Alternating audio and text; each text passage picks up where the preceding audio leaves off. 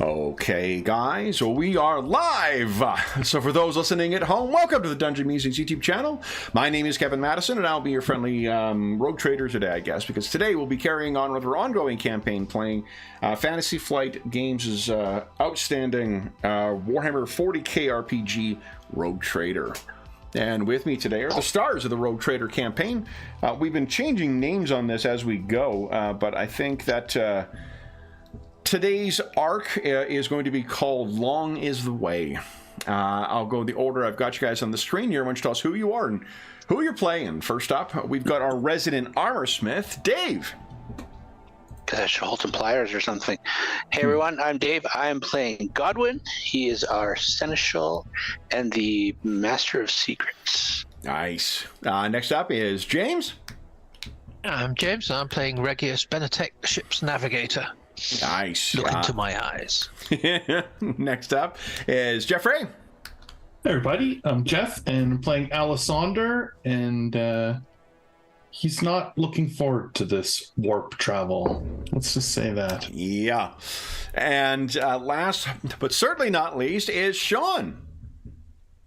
Hey, I'm playing Quinilia Quade, the rogue trader scion who hates mutants. Mm-hmm. So what we have transitioned into a new chapter in this. Last session saw us conclude our last chapter, which was a guest most or passenger most malign. What happened last time, guys? Let's see. See if I can. I think I have a visual aid here. Yeah. Oh, perhaps I don't actually. I didn't make a handout of it. Let me see here. We finished dealing with the warp entity in the ship. We started with the captain being attacked in his cabin by his own steward, his own beloved, longtime, unthinkably loyal, erstwhile otherwise loyal steward. Yep. Attacked me with my own power sword, no less.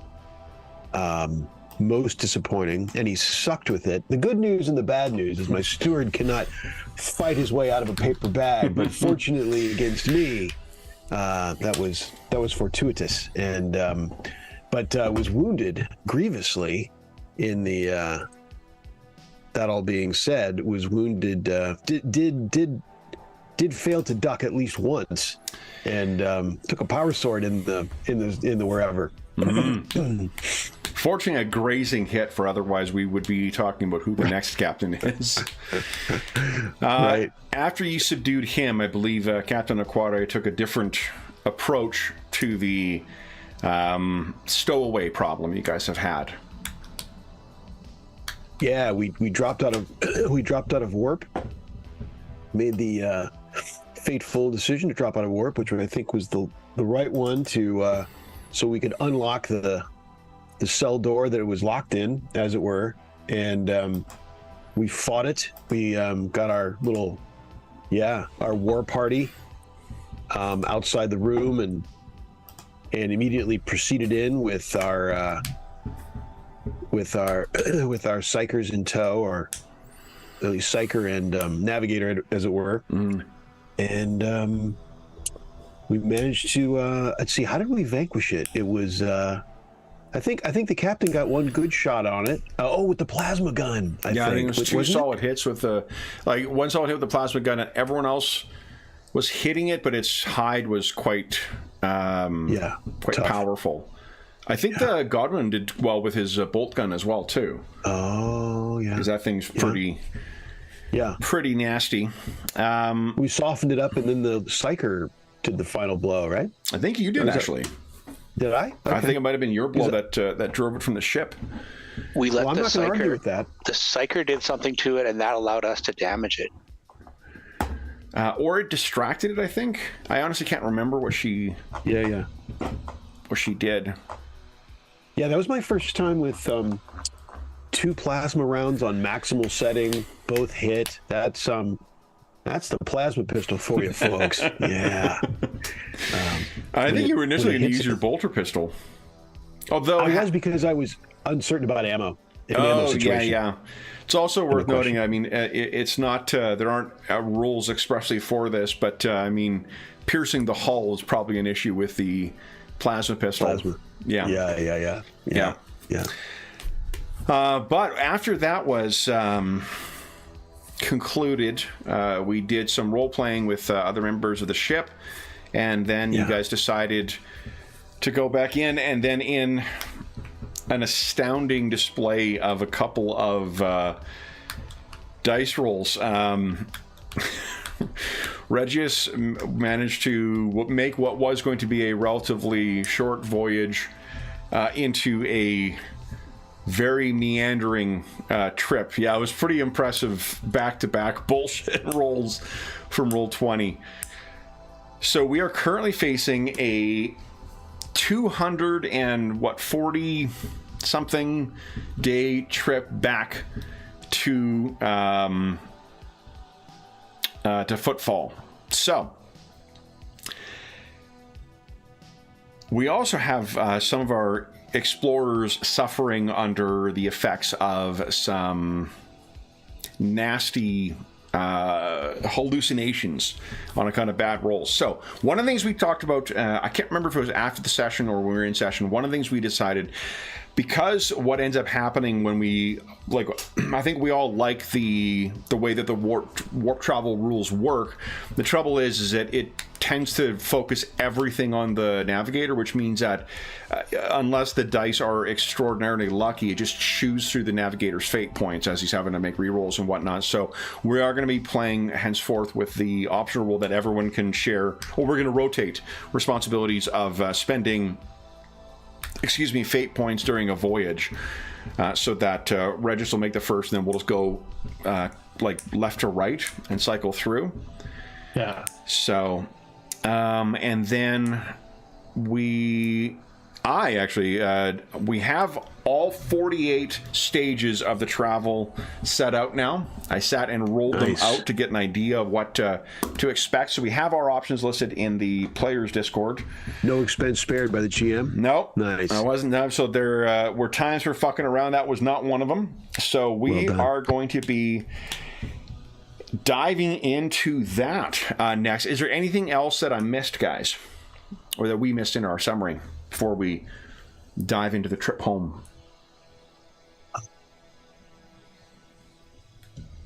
Don't think so. Nothing comes to mind. Okay.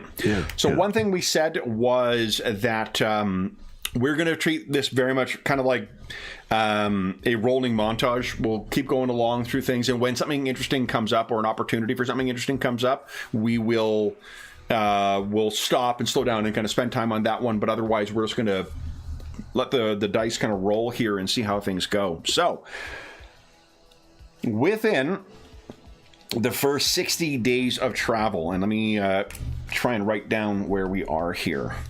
Okay, so first one is number 1. I'm going to guess this is fucking LinkedIn. Yeah, what is... LinkedIn, there's just no fucking need to send me an email on a Friday night. Do you want to get caught up on people on LinkedIn on a Friday night? Right. There's a lot of, sadness and social isolation stuff that comes from a bunch of social media. I cannot think of a worse social media site to be spending your Friday night on than fucking LinkedIn. Yeah. Holy smokes. Yeah. And what's everybody going to think when you start sending them messages on a Friday night? Right. Really? Okay, so then So as we're settling in, let's talk about how everyone is feeling. The ones who are being affected by this, Godwin is feeling somewhat uneasy with things, and perhaps for the first time ever, Godwin, when you translated from real space into the warp, I think you've heard whispers of something calling. It was so quick that you almost think that you imagined it afterwards, Or at least that's what you try and tell yourself, but you know deep down in the pit of your gut, when you're alone in your chambers or your quarters, you know that there's something in here, in the warp, that whispered to you. For Captain Aquare, tell us about how this irrational hatred has manifested. When did we first notice that? Or when did he first notice that? Or is he cognizant of it yet? Probably not. He's probably been... The others maybe would notice it before because he's gotten a little ranty about the whole mutant, like, probably... So first complaining, like, yeah, we got it, Captain, and then also like, let's check them for abnormalities. Like he's gotten that seems to come up like a little too much. Yeah, we already checked them. We'll check them again. This kind of Yeah. Have you pulled the twist catcher aside then? Oh, for sure. I would think something. In fact. So let me ask you this. Yeah. Brother Echo, we know, has a bit of a soft heart for them. He is sympathetic for them. Why don't you give us a... Let's see here. What is your... You have a Rogue Trader lore skill, right? I do. Twist Catcher is Brother Echo, you said? Brother Echo, yeah. Let me just make sure I got that. Okay. Why don't you give us... Yeah, go ahead. The Rogue Trader skill at routine, plus 20. This game, I mean, for one, we're playing in Firefox, so the part of the character sheet doesn't work. And then also, when it prompts you for modifiers on those other skills, it asks you the number, not the name, right? Yes. Okay. I believe that's correct. Let me see here. Percentile. Okay. No, negative.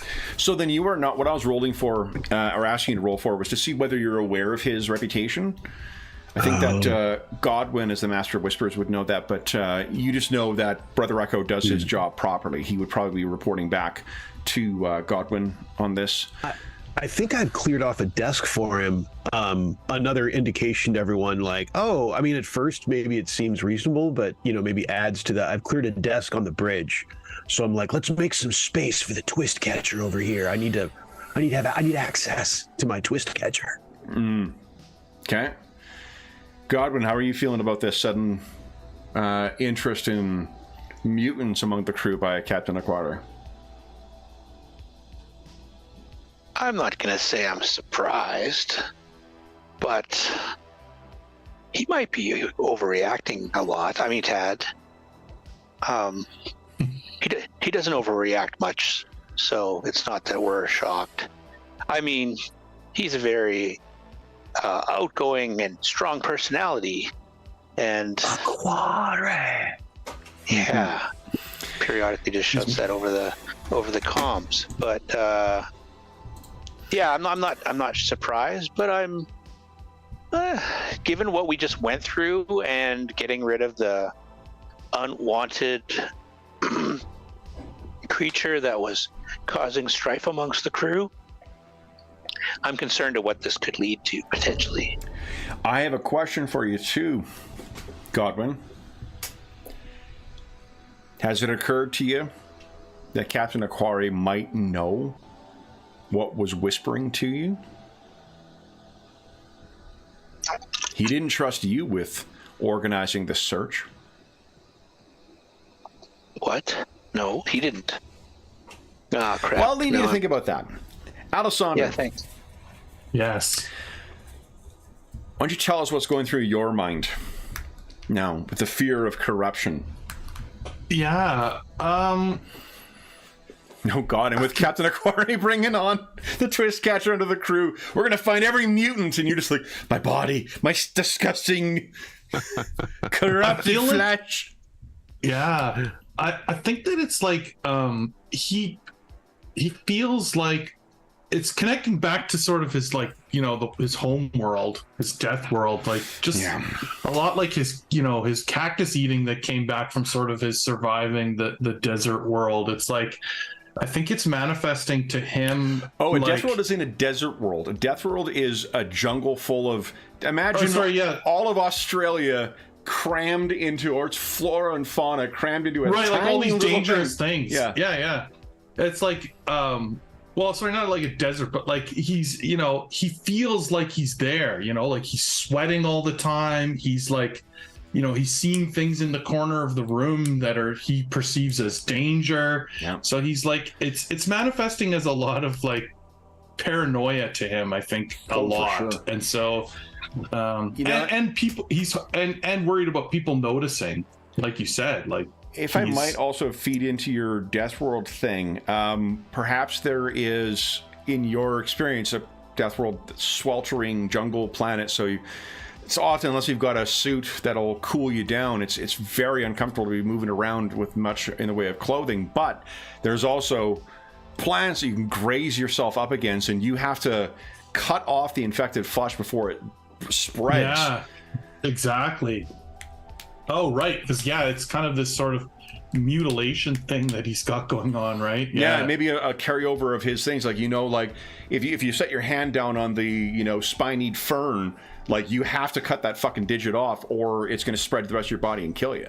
And I think it's like sort of this paranoid loop too, like where well, I'm sweating so much because I've been infected with something, but like the sweating is like the nervousness that he's got, right? But like it's sort of feeding off itself. And I think it's like you said, like, he'll touch the control panels. He's like, did someone poison this, or did someone, like, has this been sabotaged? Because I'm feeling weird. And like, it's a panic attack. I don't know if any of you guys have ever experienced a panic attack, but like it sort of feeds on itself, right? Like my hands feel funny. Why do my hands feel funny? And then like that makes you feel more paranoid and more anxious. And it's just, it's a bad loop he's in right now. So that is all taking place on the bridge. Let's roll and see how many days pass. Captain, you are still quite injured. So one thing we talked about is that the one of the options you can do with fate points is spend to recover wounds. I don't think it says expressly that it's in combat, and we've been allowing it to be spent outside of combat. But the effect of that has been that injuries are never more than a trifling thing, so long as you've got fate points. I think what I talked about last time is saying that you couldn't spend them outside of combat, but I think we see how the session goes. Because I have a feeling that you're going to need a lot of fate points this session, so you're probably not going to spend them on healing up. Probably not. Okay, so if you're okay with that, then what we need to do is talk about your long-term treatment, because you were really fucked up by that. So you're saying that we can spend them on healing if we want to this session? I think this session you can, just that because you guys are going to need a lot of fate points, I'm going to assume that you're not going to be too fast and loose with spending them just to get hit points back. Or, so I'm 1 a week, right? 1 damage per week through natural healing. Yeah, that's right. Yeah. And I don't know if the Chirurgeon can. Does the Chirurgeon have any ability to? Yeah, she can. But I think you need to get long-term care. Like you need to be locked down to the hospital in order to get that. Okay. Right. I mean, you certainly could do that, but let's just see how much you would get back for that, and then we'll let you make the decision as to whether or not to do so. Okay, all right. Healing is after all the psychic rolls. Here we go. All right, so you were heavily damaged, not critically damaged.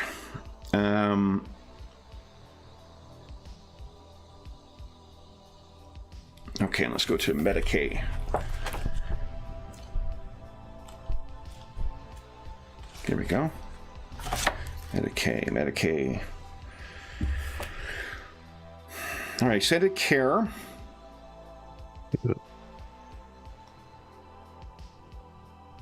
Test once at the end of the week allows you to recover twice the normal damage, which is 1 to 2. 1 point for each degree of success. Oh. So you remove twice the normal damage, so you'll recover 2 plus 1 for every degree of success with her. But she's only got a skill of 10, so don't get your hopes up. Oh god, hold on. Dave got bumped to the Zoom.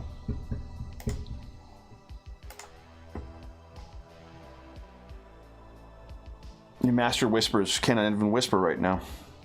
Right. Tragic. All right, then. Tragic. If you would you like to set yourself up for this first week to be cared for in hospital in l'hôpital? I mean, at 4, there's a pretty good case for it. He's pretty injured. Yeah. I mean, once the dust clears, and he takes care of immediate, we've got things settled as far as we know. Yeah, so I think so. Why don't you give us then, Captain, I feel like blame should be placed elsewhere.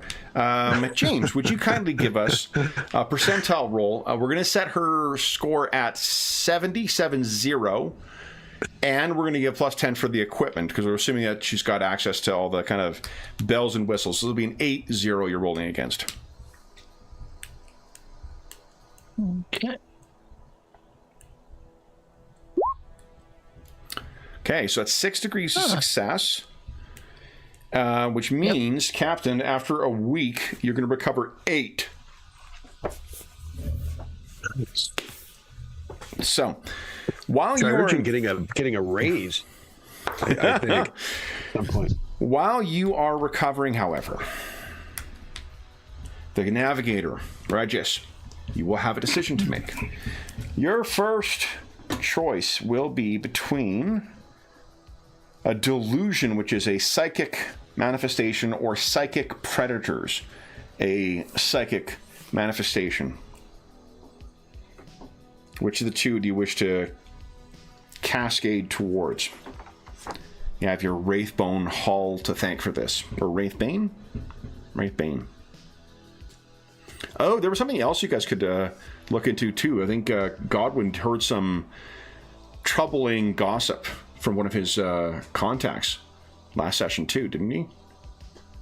Or was that 2 sessions ago? 2 sessions ago. No, that was last session. That was last session as well. Just before you jumped into... we rolled, right before we went into the warp, yeah. Yeah. So, which would you like to go for? One attacks me and one attacks a ship, right? Predators, if this encounter manifests aboard a ship, we roll for incursions and apply the effects. But you can try and avoid either of them. It will then become either temptation, contest of strength, trial of endurance, or conundrum. Both these are psychic encounters, so they will be squarely upon your force of will to avoid. So it's either having critters aboard the vessel or more warp hallucinations. I think critters aboard. Because if I go down with something, you're all screwed. Okay. Regis, would you give us a percentile roll, please?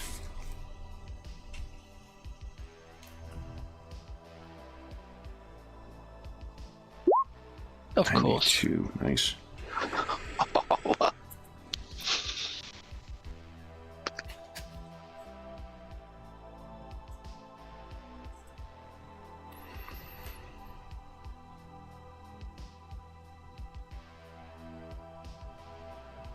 Ooh.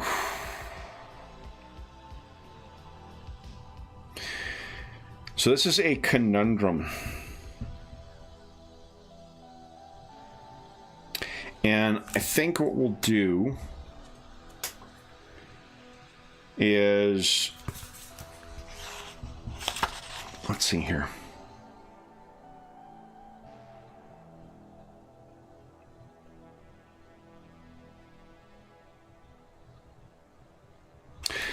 For whatever reason, you have been cast extremely off course from where you were anticipating going, and the warp has pulled you off in a very different position. And I think what you're finding and feeling, Regis, is whether it is the spoor, as it were, left behind by your former passenger, or perhaps just being so far off of the normal, kind of beaten path and caught up in the eddies and swalls of the warp. You can feel other predators chasing your vessel. They wish to get on, and you can feel in your mind's eye, I guess, that there are definitely more than just the one that was here before. So why don't you tell us what strategy that Regis will employ to try and avoid. Remember, bear in mind that the warp is a place of not only madness and chaos, but it's also a manifestation of emotion and desire. So you can, to a degree, shape those eddies and swalls. It's like the Fade, James. So I'll be trying to move.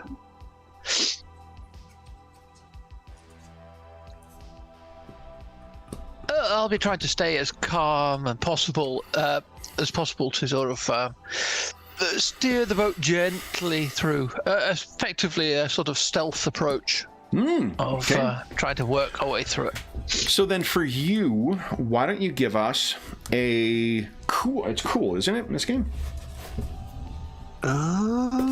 It is in fantasy. Let's see, is it? No, no, it's probably a willpower. Resolve. Is that a skill? Nope. It is. Maybe it's raw willpower. Straight up willpower tests are pretty common in this game, I think. Or, kind of common. So why don't we make it a talents? Willpower. Talents can help. Oh yeah. Do you have any talents that affect your willpower checks, Regis? No, not really. No. So let's make it a willpower test at plus 20 for routine. Okay, cool. Willpower. This is the thing you are more or less bred for, is for navigating these things. So I don't think this is a very. Cool. Would you like to fate point that? All right. Let's start the inevitable. 7 degrees of success. All right. So with success, you manage to avoid anything manifesting on board. And you were able to, after the first 5 days, keep yourself on course, and no further passengers will be coming on board, at least not yet. For Alessander. Does that count as an encounter then, Kev? It does count as an encounter, yeah. So, Alessander, I need you to give us a willpower test, please, with no modifier. Uh-oh. Okay, here we go.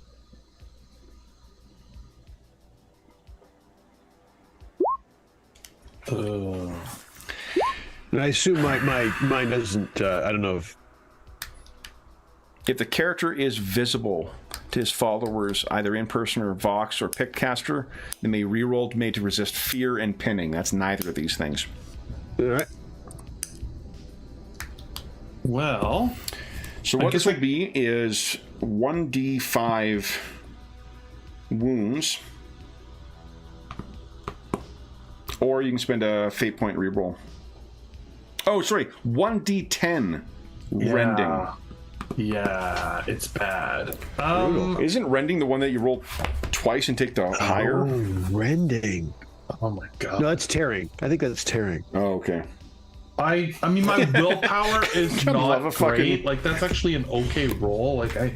I got a 1 and 3 though, so I'll do a fate point on this first one and try and not start to. Actually, I guess the early one is better because I'll start healing, right? As we spent months in the thing. Yeah, okay, you know what? And maybe, actually, and there's like a tiny little bit of metagame to this.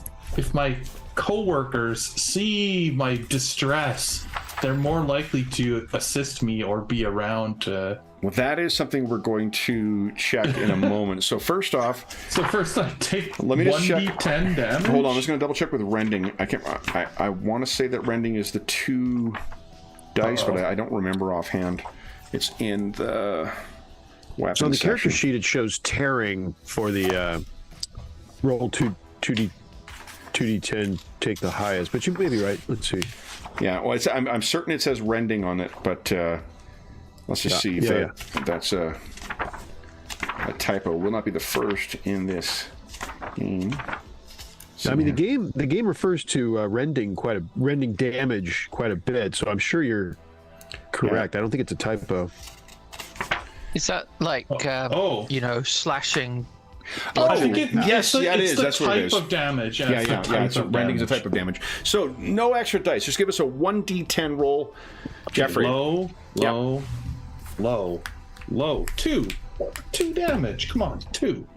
Tens have 2s on the... Oh my god. Okay, so then... Tens have 8s on them too. Would... First off, take your 8 points of damage. Oh, and Captain Aquari, did you add your 8 back yet? No, I was waiting to see if the time had expired. Time had elapsed. That allowed it.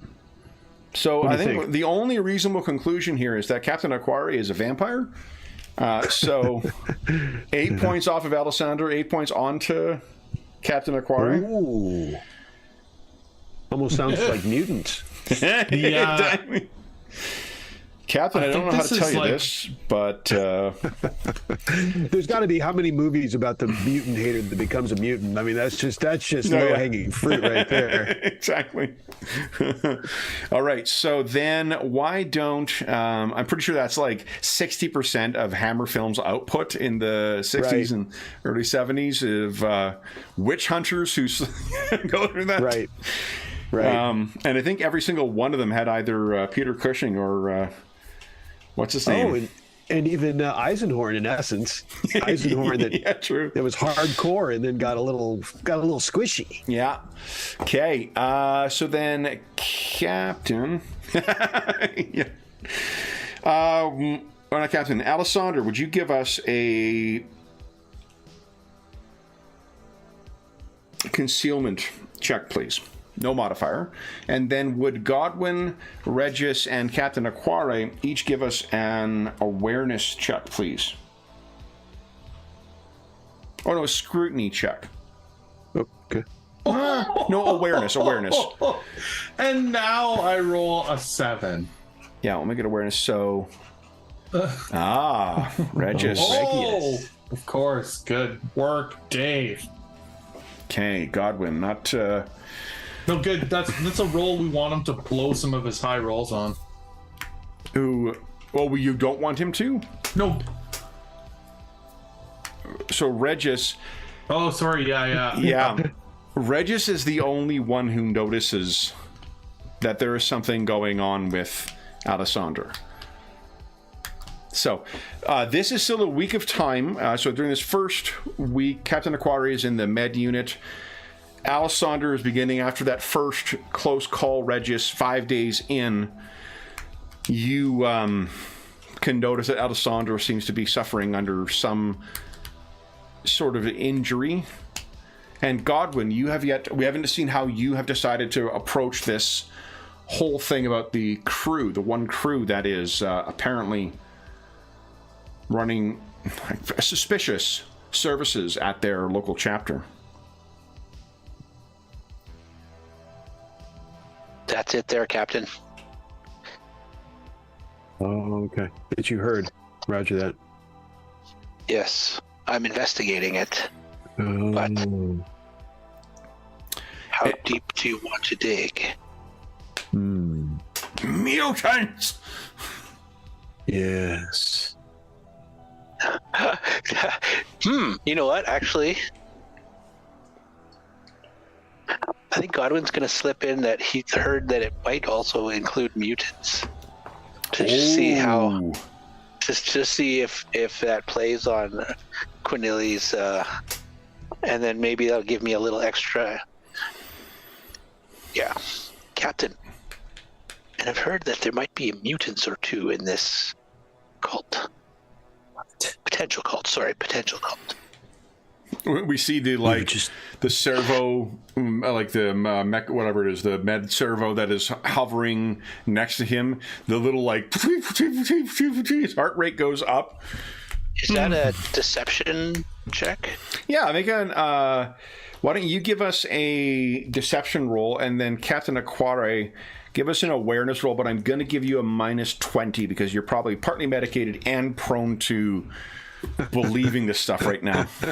I'm hitting that pain button the whole time. Exactly. Oh, that's not good. I'm going to reroll. Oh, look at me, though. Look at me. He's keen. Oh. Okay. What is going on? Well, you know An what 82. I suspect. You know what I suspect when my master of whispers is lying to me about mutants. Who's the mutant? Yeah. So what do you say?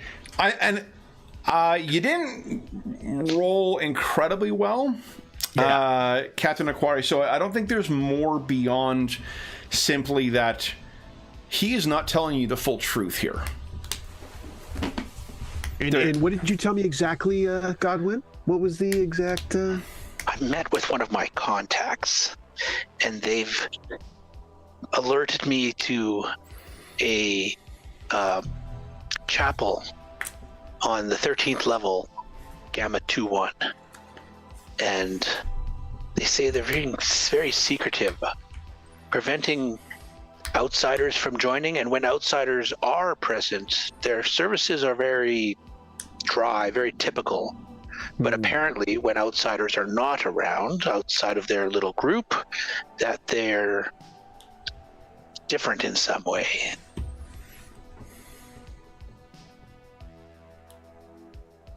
And I suspect they're mutants. There is something about this whole thing, Captain Aquari, that's just not set right to you. I can send, I can expend some resources to try and ferret out any unsavory practices. Well, of course you should. We were just beset upon by mutants. We're still in the warp. I won't have it. I simply will not have it. And I start jamming that pain button. Oh. The painkiller button or the pain button? It doesn't matter. One has an analgesic in it. The other one has hot sauce. Oh God, Jesus! But I think that that I know that Godwin's a manipulator. You know, he's my manipulator, but I think he's normally, So in broad strokes, Godwin is doing a little manipulating. Is it on me? Huh. So I think there's, just the broad, notion of like, my master whisperer, what are you up to? Mm-hmm. So we'll leave you guys with that for now, and then Regis, what if anything do you wish to do about Alessander? Yeah. I'll pull Alessander aside and say, Alessander, what's this that you are concealing? An injury, no less. A serious injury. Where do you think this first one was? It is on the arm, on the leg. I actually think that it's like it's multiple. It's like sort of like like little cuts. The paranoid's like it's like So like probably on his arm, his leg. Maybe there's even one like close to his neck that can be seen just by his uniform. So maybe he's concealing. He goes to conceal this one, and like this one is revealed, sort of like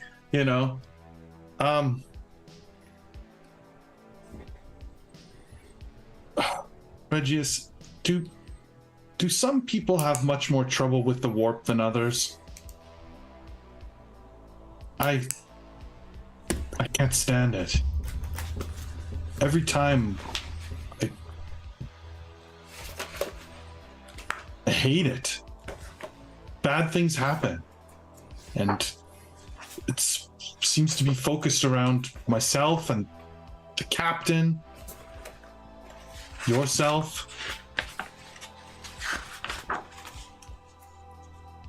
This happens. Chaos and the warp will try and twist your mind. If you're harming yourself like this, you must trust in the light of the Emperor. Look to the support of the Medicae. It is not always easy to fight alone the forces of the warp. You know what I would allow as well is, I imagine, it's not especially said in the rules, but if they have a telepathic specialty, like, say, Lady Ash does, she may be able to assist in bolstering and stilling your troubled mind. Oh.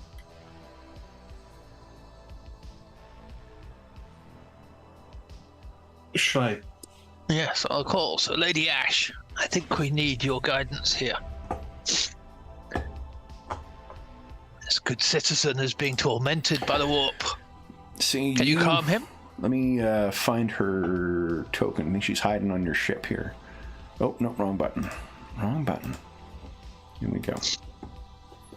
There she is. Let me bring her over here.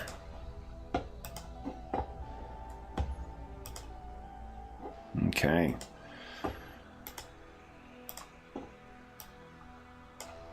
So I was looking through. She does not have any specific power that would allow, like, just to try and, like, quiet a mind during a hallucination. But I think what I'll let her do is use senescence. So there's two different ways we can do this. One is you can just get a flat plus 10, Alessander, to your next roll, to your next willpower roll. Or you can make a senescence check for her. Her senescence would be 70. On a success, she'll grant you the +1. On a critical, so anything like a success level of 5 or higher on her roll, I'll let you add 20.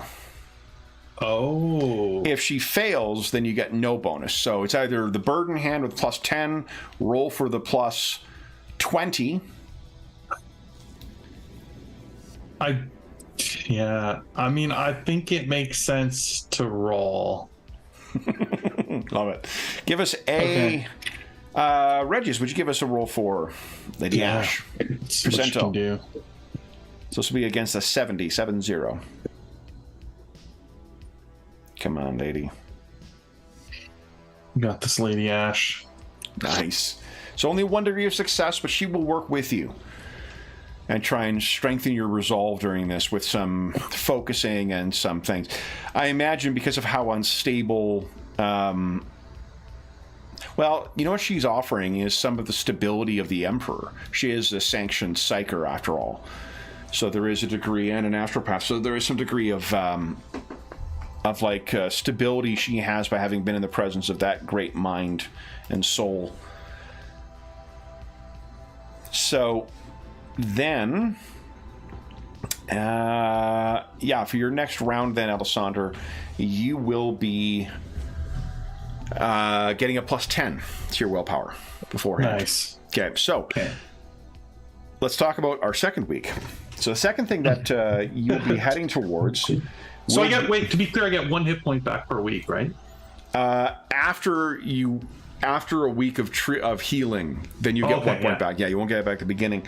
Okay. So our second, and actually technically it's not a week, these are 5-day increments. So the second one is either a delusion, a mirage, so more potential hallucinations, that's a psychic encounter, or spontaneous inhuman combustion, which I choose one component, and that suddenly is and inexplicably is set on fire. That one, unfortunately, you cannot avoid. So, what are you thinking, Regis? I guess we go down the one I can avoid. Okay. So then, trouble is, again, you gotta at some point you guys are gonna have to decide when you're gonna take those hits because you're probably gonna be running short of. Yeah, but isn't a mundane fire just an easier? Like we can just deal with it. Well, let's take a look at what it actually does. It says on page 223. Because if you're going to use your points and your rolls on, like, when we got 2 psychic somethings and we can't If a No, we component need catches one. fire, it immediately deals 1d5 damage to the crew population and 1d10 damage to crew morale, and spreads through the entire component. To put out Okay, fire, so this is a pretty big fire. it's a pretty big fire. It's Put out the fire, it's character not must- someone's board going out. It's like, No, this is an entire area.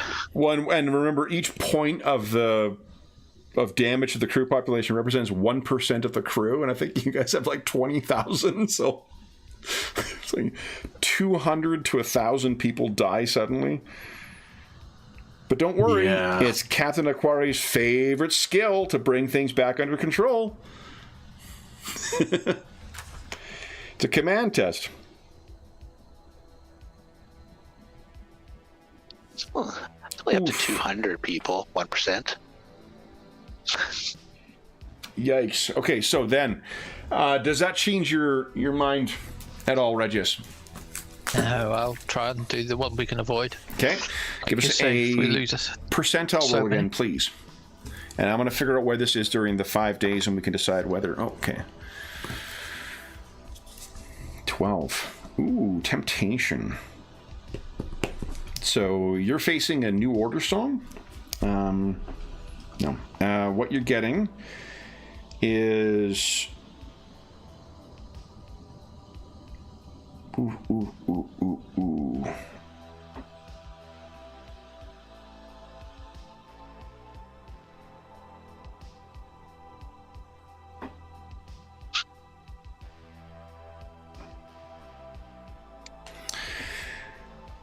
So what you were hearing, this is almost like a day after your last manifestation.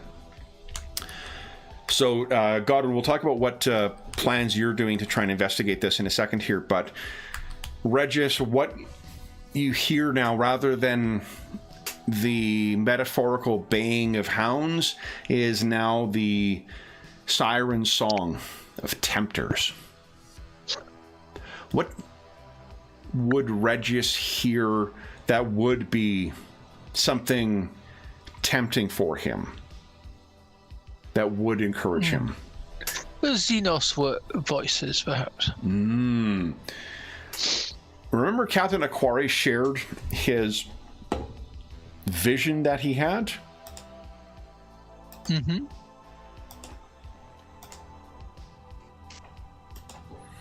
I think perhaps when you are alone in your navigation chamber or whatever, Regis, you are beginning to hear in your mind the call of this thing.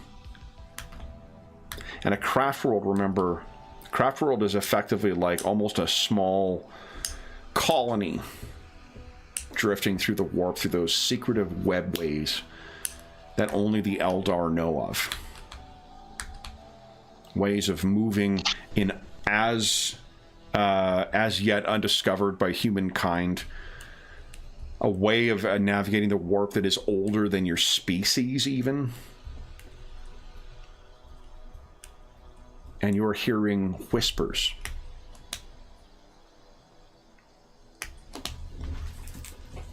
Bring the ship. Bring the ship to us. We have such gifts to share. Such secrets for you to learn.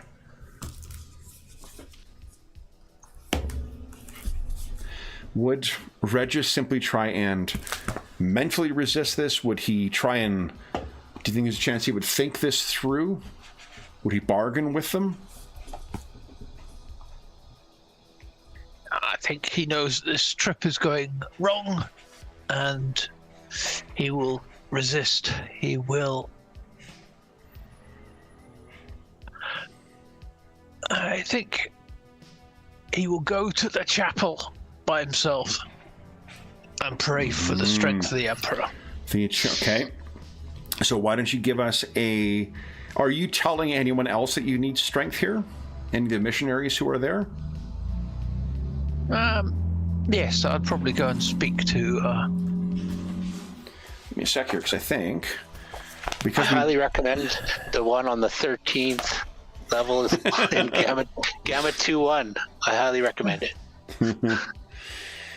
I think it would be unthinkable to have him go to a crew chapel. There would be someone much higher station in the church who would service you guys. Yes. Here, but let me see here. I just want to see if the default talents that they get, if there's anything that will grant you a bonus. That's sort of what they do.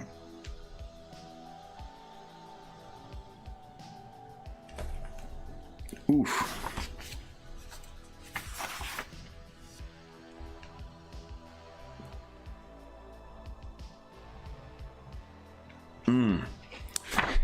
Lots of stuff to bolster their own willpower, but not anything I see to specifically grant. Let me see if there's one here. No.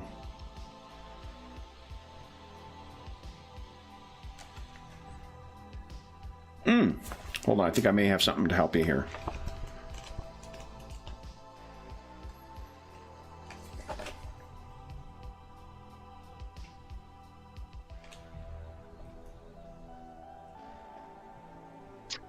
Oh man, yeah, you guys really need a missionary around. Some of these abilities, like burning a fate point to prevent someone from dying. Using your faith rolls to try and heal people. Yeah, they are pretty...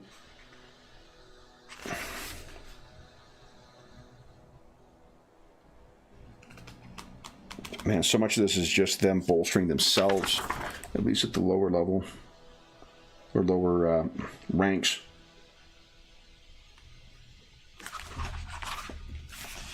Let's see here.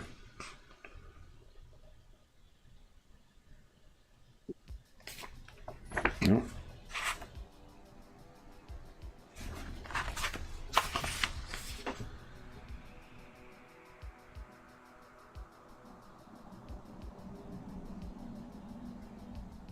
Here's what we'll allow.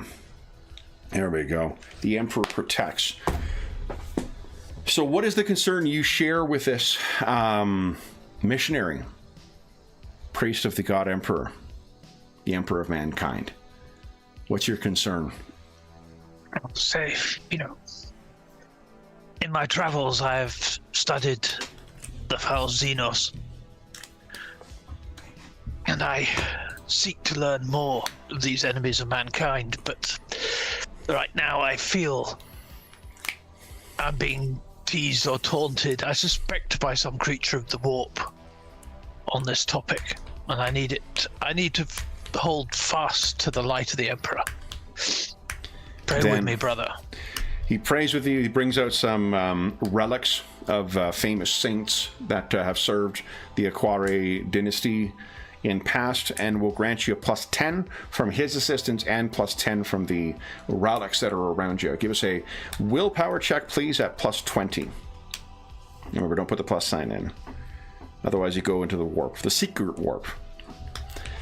That was sufficient. Alessander, would you give us a willpower check at +10, please? Oh, thank goodness for +10.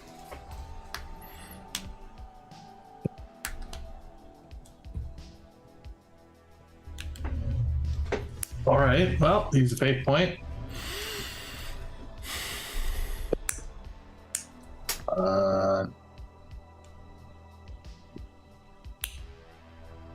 I have such a terrible willpower. Oh, come on, roll 20. Okay. So, wow. 1d10, please. Okay, a low one. Let Low. me down last time. Come on, roll 20. Like, just a troll. Just an absolute troll. Let's just double check. I don't think that you... I want to say, I actually don't remember if it's at 0 or if it's once you start taking damage past. Like if you're like insta dead? No, you say, no, you're not insta dead. You take critical hits. Oh yeah, okay. No, you're at 0. So your next injury, you're unfortunately, because you've injured yourself again, you're not going to heal anything. But when you injure yourself again, you will start inflicting critical wounds on yourself. Oh my goodness. Now, why doesn't everyone give us an awareness check once again? This time, Regis, you're going to get a plus 20 to yours. You are aware of the troubles that Alessandro has been having. And then Alessandro, give us a what was it? A concealment check, please. Would he be able to conceal when he's unconscious? Hey, He's got very good at concealing things. Like, come on, roll 20. Okay. Oh, I beat So you. anyway. Regis, yeah, you could see he is like, clearly there's some kind of stimulant or something else that he is operating under. Let's see how Godwin does. My screen went blank, so I'm just waiting for my browser to reload. Oh, okay. Here we go. Godwin's got his mind of the chapel. You all couldn't see a heretic's barn if you're inside of it. Yeah. Now, hold on. That is a good question. Do you drop unconscious at 0 wounds? Or when you suffer damage? Sorry, I was just reading that. Here we go. Yeah, it's only when you exceed your wound you start taking damage. So you're... I mean... I wouldn't say you're doing okay. But it's not as bad as it could be. Say that I'm doing no. So, I think you see once again, Regis, clearly Alessandro is suffering under some difficulties right now.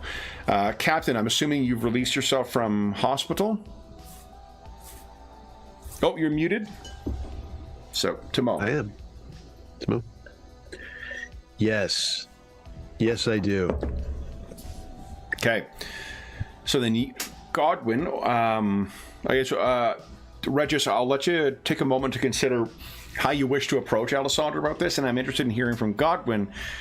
Now that he's been given the go-ahead, what was his plan for this week? Only one day has passed so far, but what's your plan for dealing with this chapel? Well, Godwin needs to find somebody from that area, from Gamma 2-1. Yep. And win them over. So, okay. Dig up some dirt, find some information.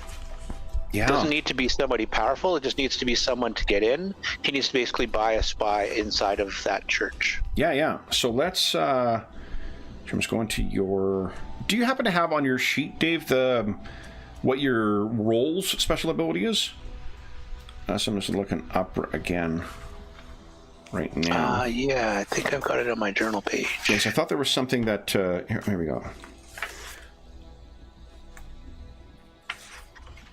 Here, Master Whispers.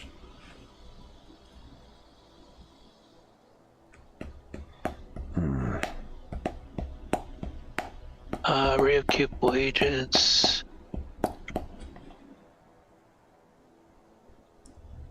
Okay, so important skills. Why don't you give us an inquiry check? And we'll give you a plus 20 on that. Or don't put the plus sign in. Okay. So inquiry at with a 20 bonus. Or scrutiny to uncover what others wish to remain unhidden. I guess I'm not doing that yet. I'm still trying to find somebody. Well, yeah, because you're not just trying to scrutinize from one individual. You're trying to figure out what person might be, who's a good target. Yeah, precisely. Yeah, and this isn't necessarily you in a bunch of like funny hats and mustaches or whatnot. It's working with your contacts. Look at that. So you're going to be having an enormous amount of leverage over one of the people from that, and I'll let you consider who you think it might be in that. And remember, they're all sort of like these. Think of them like gangs, almost like city gangs that have rivalries and whatnot to one another. Lastly, Captain, what were you doing during this time? Are you still working with the with Brother Echo to try and find mutants on board? Yes, I would think that I'm keeping Brother Echo close at hand, which is why I've given him a desk near my throne on the on the bridge. I think I'm keeping my eyes out in general on the cursed warp of the next shoe to drop. I'm sure there is one. Most definitely. Yeah. Regis, are you sharing the challenges as you encounter them with the captain, or do you only raise the issues when they are likely to be a real problem? Oh, only when they will be a real problem. Okay. So the then... captain is clearly off his rocker, so... Best not put more burden on a troubled mind. Now, Regis, what do you wish to do with Alisandar? He is very pale. He seems to have lost a great deal of blood.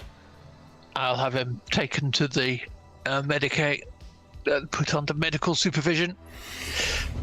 So why don't we have... Captain, would you give us a D100 roll, please? There you go. Oh my god. That'll do ya. We may yet need another percentile roll. Wow. That was amazing. Yeah. Ow. Hey, anything for my crew. Anything. Yeah. I got you guys. I got you. Let me get you a crit fail. Just, serve it up quick. Have a crit fail with another crit fail on top. Part of our benefit program on the Mortis Probati. There are always opportunities for advancement on the Mortis Probati, because our crew keeps dying. Now hold on here. Did I?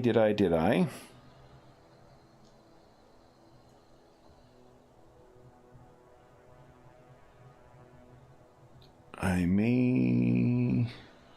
No, I have not loaded that yet. Let's try to decide if I have loaded... I think last time... Here we go. I loaded some additional images, and I couldn't remember if I loaded the doctor or not. I did not. Okay. All right. Ooh, okay.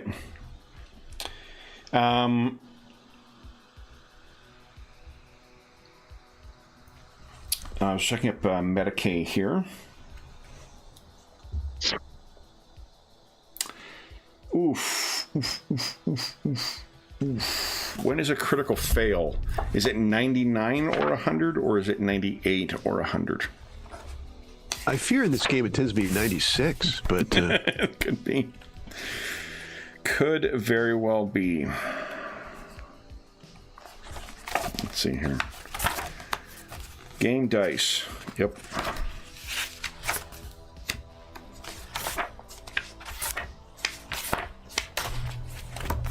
There we go. Playing the game.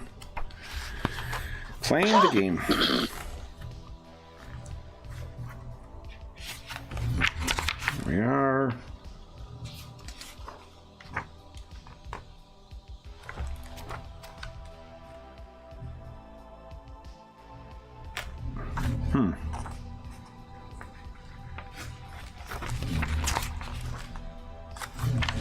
Where the heck is critical?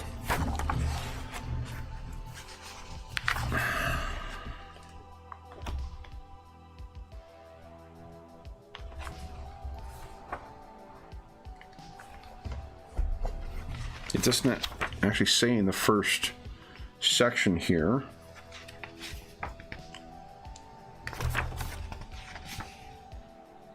That is...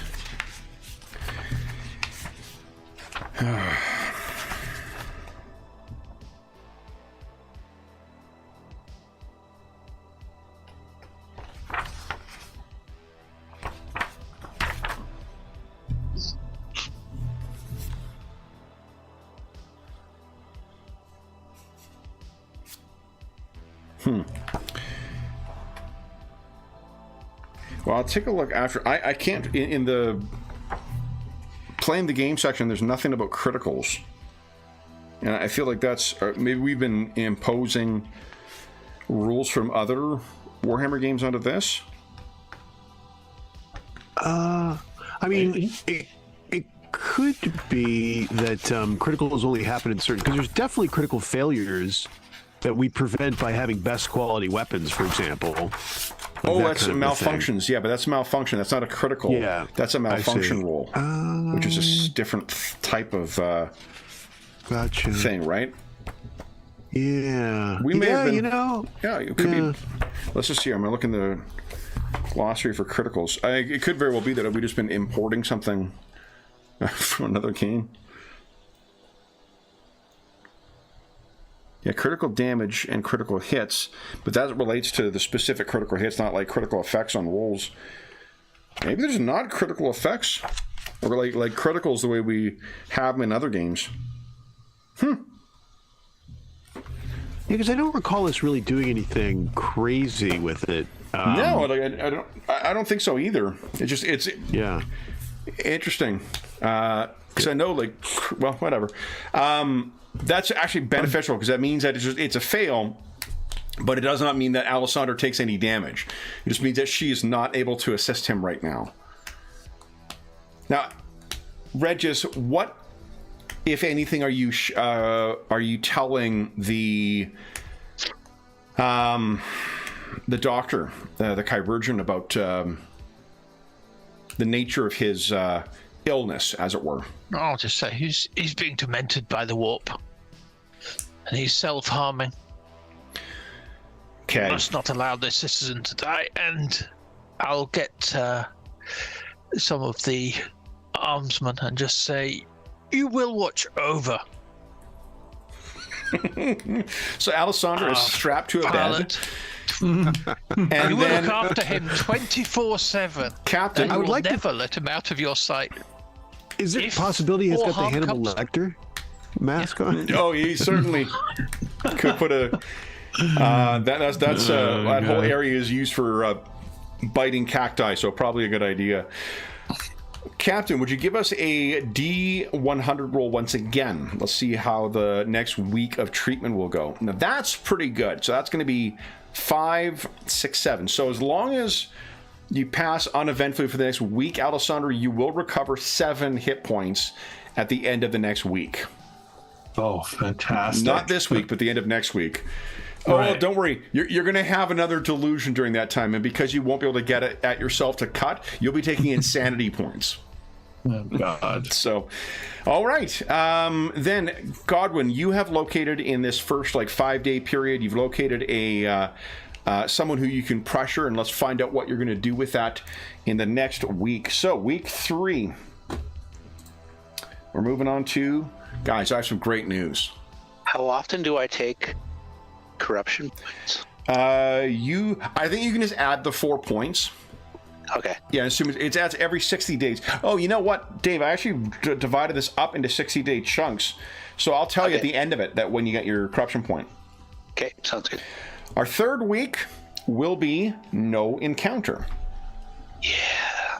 So, Alessandra, you are just going to be able to recover 7 points back. And you don't have to make another willpower. At the end of this week, I do get them back. At the end of this week.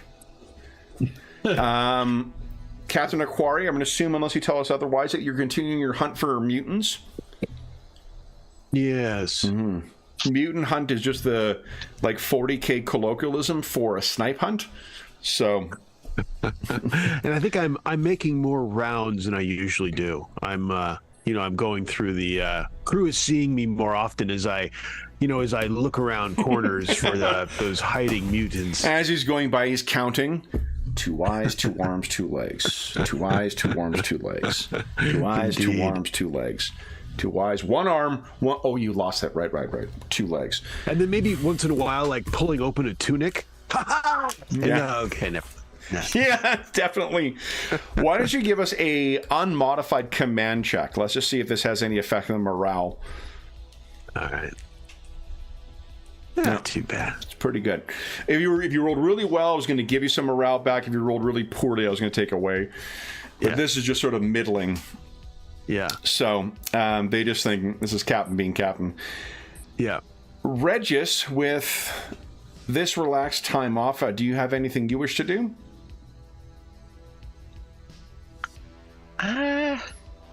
No, I'll be gathering my strength. Okay, and then Godwin. What are you doing for this next chunk of time? You have a contact, a mechanic, and give me a sec here, I can tell you a name.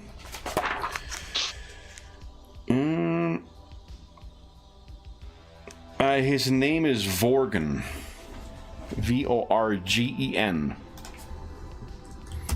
So let's say you got him in an interrogation cell. Well, I was going to try and scrutinize him first before we pull him in for interrogation. Yeah, sure. Why don't you give us a scrutiny check, please? See if we can learn anything by spying on him now that we've located him. Yeah. Dig into his life. Oh, that's terrible. 98. Oosh. Would you like to re-roll that? Yeah. Spend a fate point, yep. Hey, Captain, I walked in there and told them that if they're doing anything wrong, I'm going to find out. Oh. No, you know what? I have the terrible idea. Let me send someone else to walk in there and tell them. So I think he knows. Somebody's watching him or you're maybe just... it's so bad he warns somebody in the chapel. No, give us a willpower check. Because the failure here is your failure to draw a proper conclusion from it. You're not rolling stealth. So they haven't necessarily seen you do this.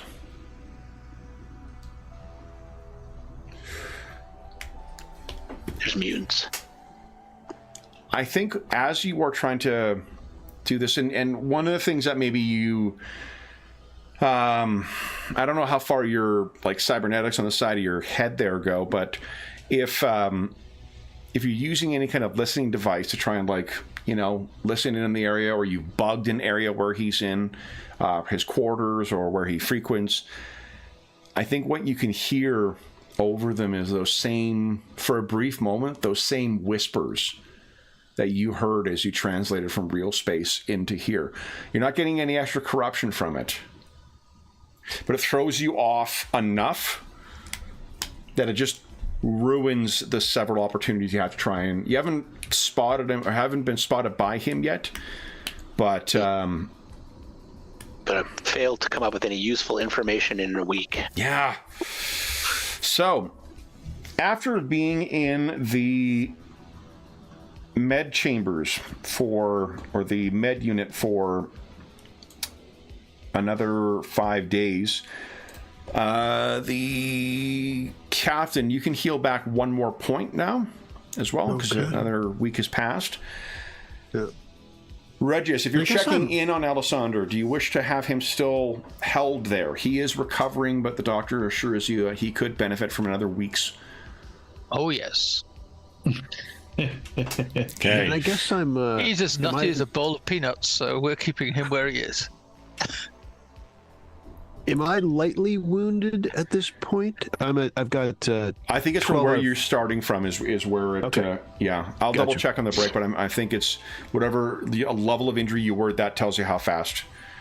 Gotcha. Yeah, I could be wrong. It could speed up over time, but I think that's the case. Right on. All right, then. For this next week... Oh, so you said I got how much back? You got 7 back, which I've added. Oh, yeah, okay. Yeah. Nice. That's what yeah. Okay. Then, for this next one, it seems, Regis, that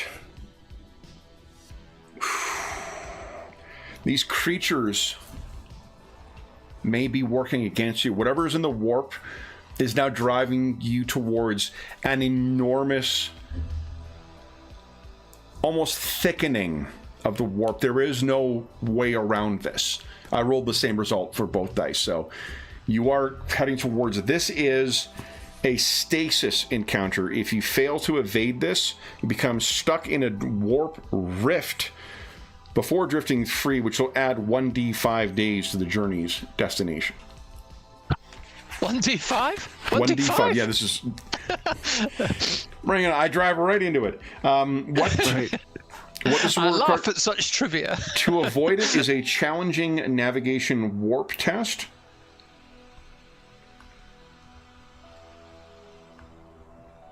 If you succeed, we'll go with that. Oh no! Guess who has to make the next roll? It's the helmsman. Oh no! We'll let him out of his straitjacket for a few minutes. Okay. Yeah. So hold on. Do you get? I think you get a bonus.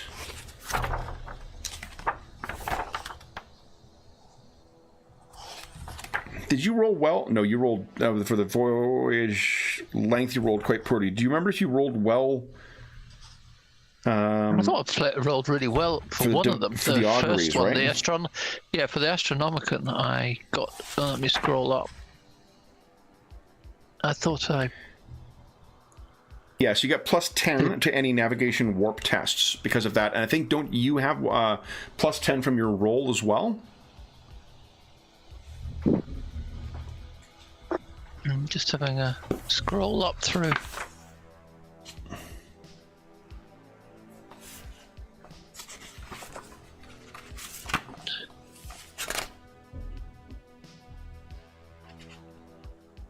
I'm just trying to see the last rolls from last month. Yeah. I forget. I thought I did well on the Astronomicon, and then I did awfully. Yeah, for the other thing. So then you'll give...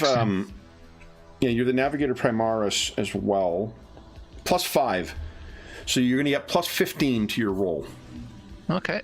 Plus 15 to a warp roll. To navigation warp. And that's plus 0 otherwise, so it's just plus 15. Yes, for a situational modifier, 0. Or difficulty modifier.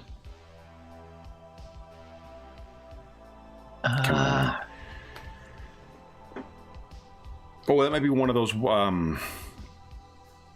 tiered ones. The broken one. Nice! Yep. Success. Outstanding. Then, Alessander. Yep. We need you to give us an ordinary plus 10 pilot spacecraft test. Okay. Oh, these don't roll if you click the button, or do they?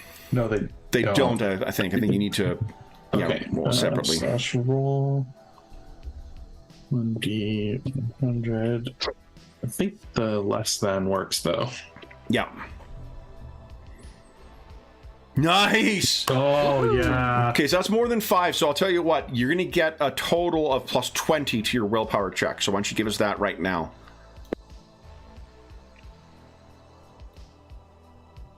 Okay, so 20 this time. Willpower plus 20. Yes! Nice. You are feeling much better. Yeah, I think the time in the infirmary and sort of a coming back from that and having a public success of navigating the ship really elevated his spirits. Oh, definitely. Nice. So then, is he being sent back for further treatment? Or is he being allowed to return to his position? I would suggest keep him in med bay until he fully heals. Okay, back to the lot with you. Wrap to the gurney with you. Maybe we don't need to have that. Maybe we don't need to have the 24/7 guard, but maybe that's a concession. Captain, would you kindly give us a percentile roll, please? Yeah, well, he's still injured, so he still needs to be healed. Unfortunately, he's only healing 2 this week. Yeah. So, you're going to heal 2. Godwin, you've had some time to think. You've had difficulty scrutinizing this guy. Do you wish to just simply approach him? Or do you wish to take some other approach? Or tactic? Yeah, I'm going to have him brought in, and we're going to intimidate him. We're going to... So we can cut to a scene of him in sort of one of your interrogation chambers, full with all the requisite skulls to decorate the rooms in 40K. Do I have a creepy room here? Let me phrase that. Do I have an appropriately creepy room here? Let's see. I don't really. Everything is cavernous rooms. So you walk in, Godwin. Tell us how you wish to approach this. I'm going to give you a choice. The choice isn't whether or not you're going to give me the information I require. That will happen one way or another. The choice is how you wish to have this happen. Have what happen, sir? Chapel on 13th. He looks Secretive meetings. The off-script. I know about it. I want to know more. Give us an intimidation roll at plus, I think plus 20, please. Remember, don't put the plus sign in. Because Dave somehow turned intimidating. There we go. Wow, look at that. So what he tells you in a babbling kind of way is that the missionary who is there, let me find a name here for you. There you go. Ephesius, Brother Ephesius. Let me put that in chat here. I know everyone's got a nephew named Ephesius, such a popular name now, but let's put it in anyway. So, Brother Ephesius, he says the ship itself speaks to him. There is something in there that speaks to him and through him to all of us. And they know that the captain, the Lord Captain, is favored by this ship. He will bring them home.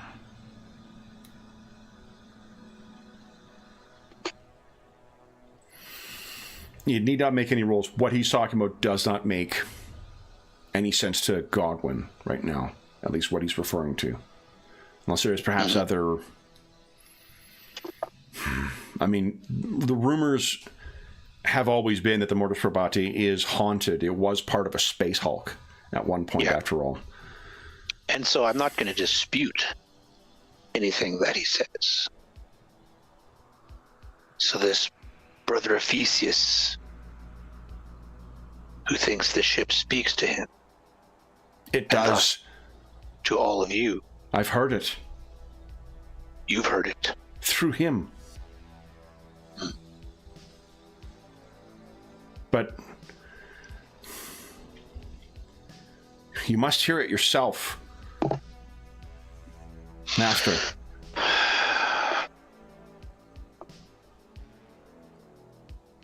You know that the Lord Captain is benevolent and kind. It is why they think, why they know he will bring them home. I want to go home too. I want this safety. He looks... Is it something you can share with others? Can we widen the net and encourage others to listen to the ship? We must bring 20,000 home. Why is it only a select few that... I should have known better than to try and explain. If you have not heard them, you would not know.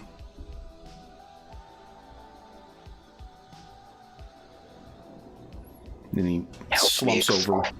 Help me understand. He looks up at you, more terrified than anything. But if you are trying a softer approach, you can attempt a... Is it persuade? I'm kind of... Charm.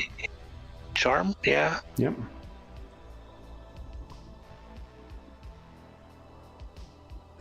Because you're not lying, like trying to conceal something. No. All right, yeah, he looks up and he says, but those who have not heard will not understand, Master. But I've heard voices that I thought were the ship. His eyes How open. is it that... You have? Yes. And then I'll be like, this ship isn't a normal ship. You've noticed that, right? Like, there's emotions, there's sensations when you walk down a hallway. It's them, Master. They are trapped and far from home. And so alone. I will show you. You Good. can help the Lord Captain understand his destiny. Yes. Yes. That's my job. Then we will go.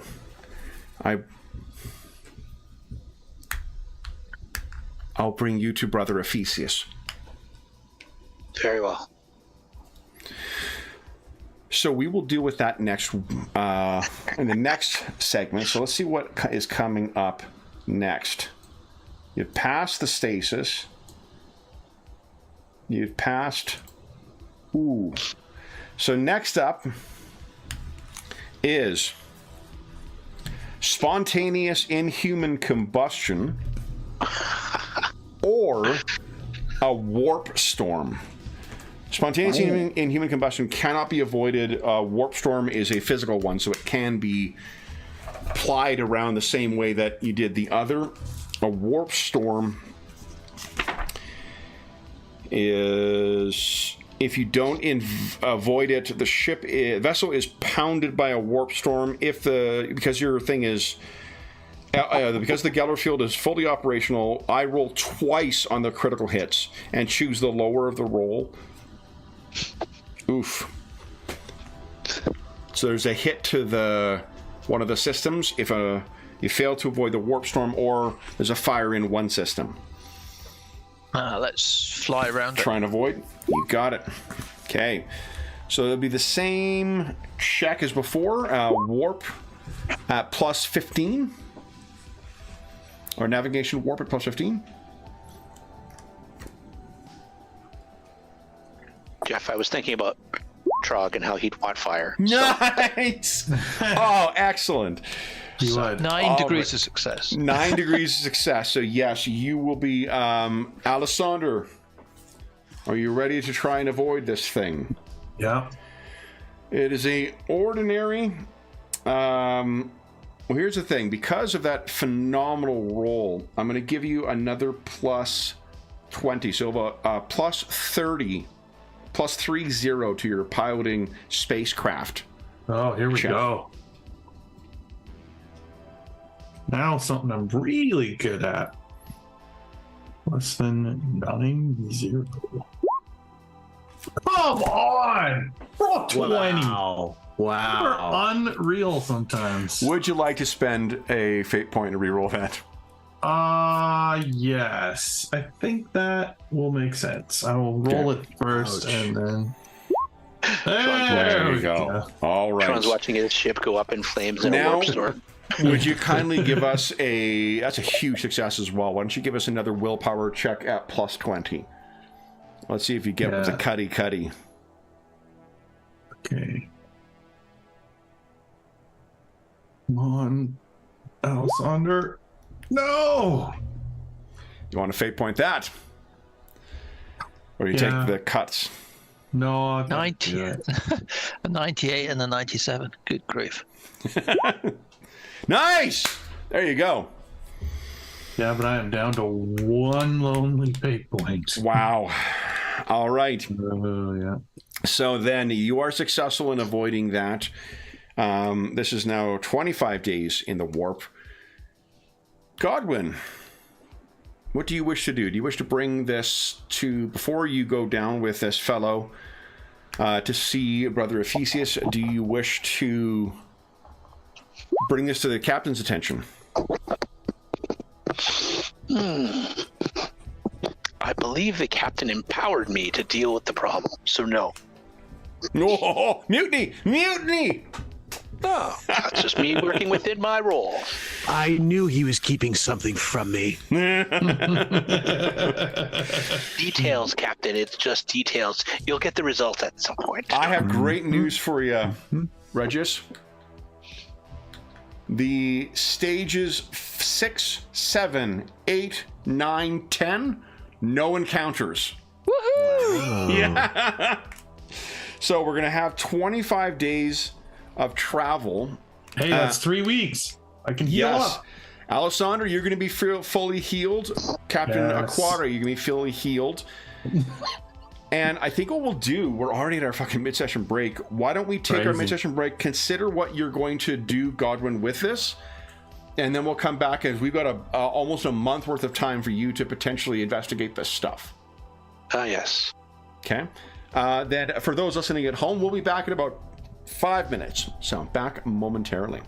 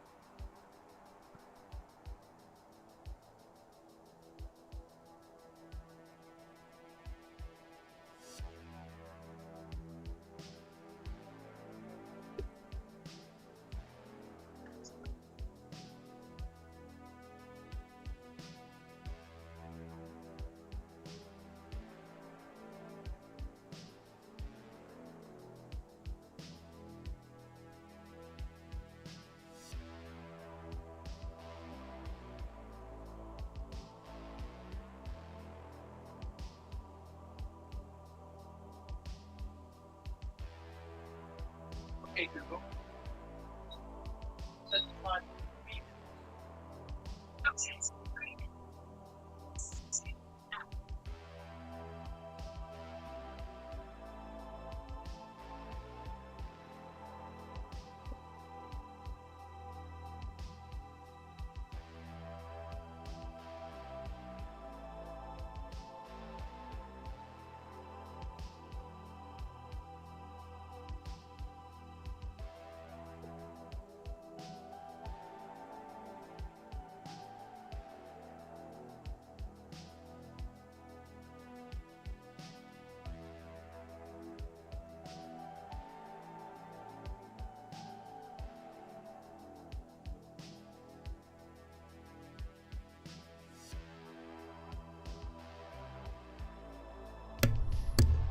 Okay.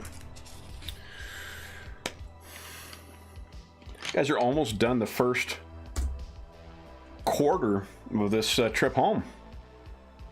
Crazy. Yeah.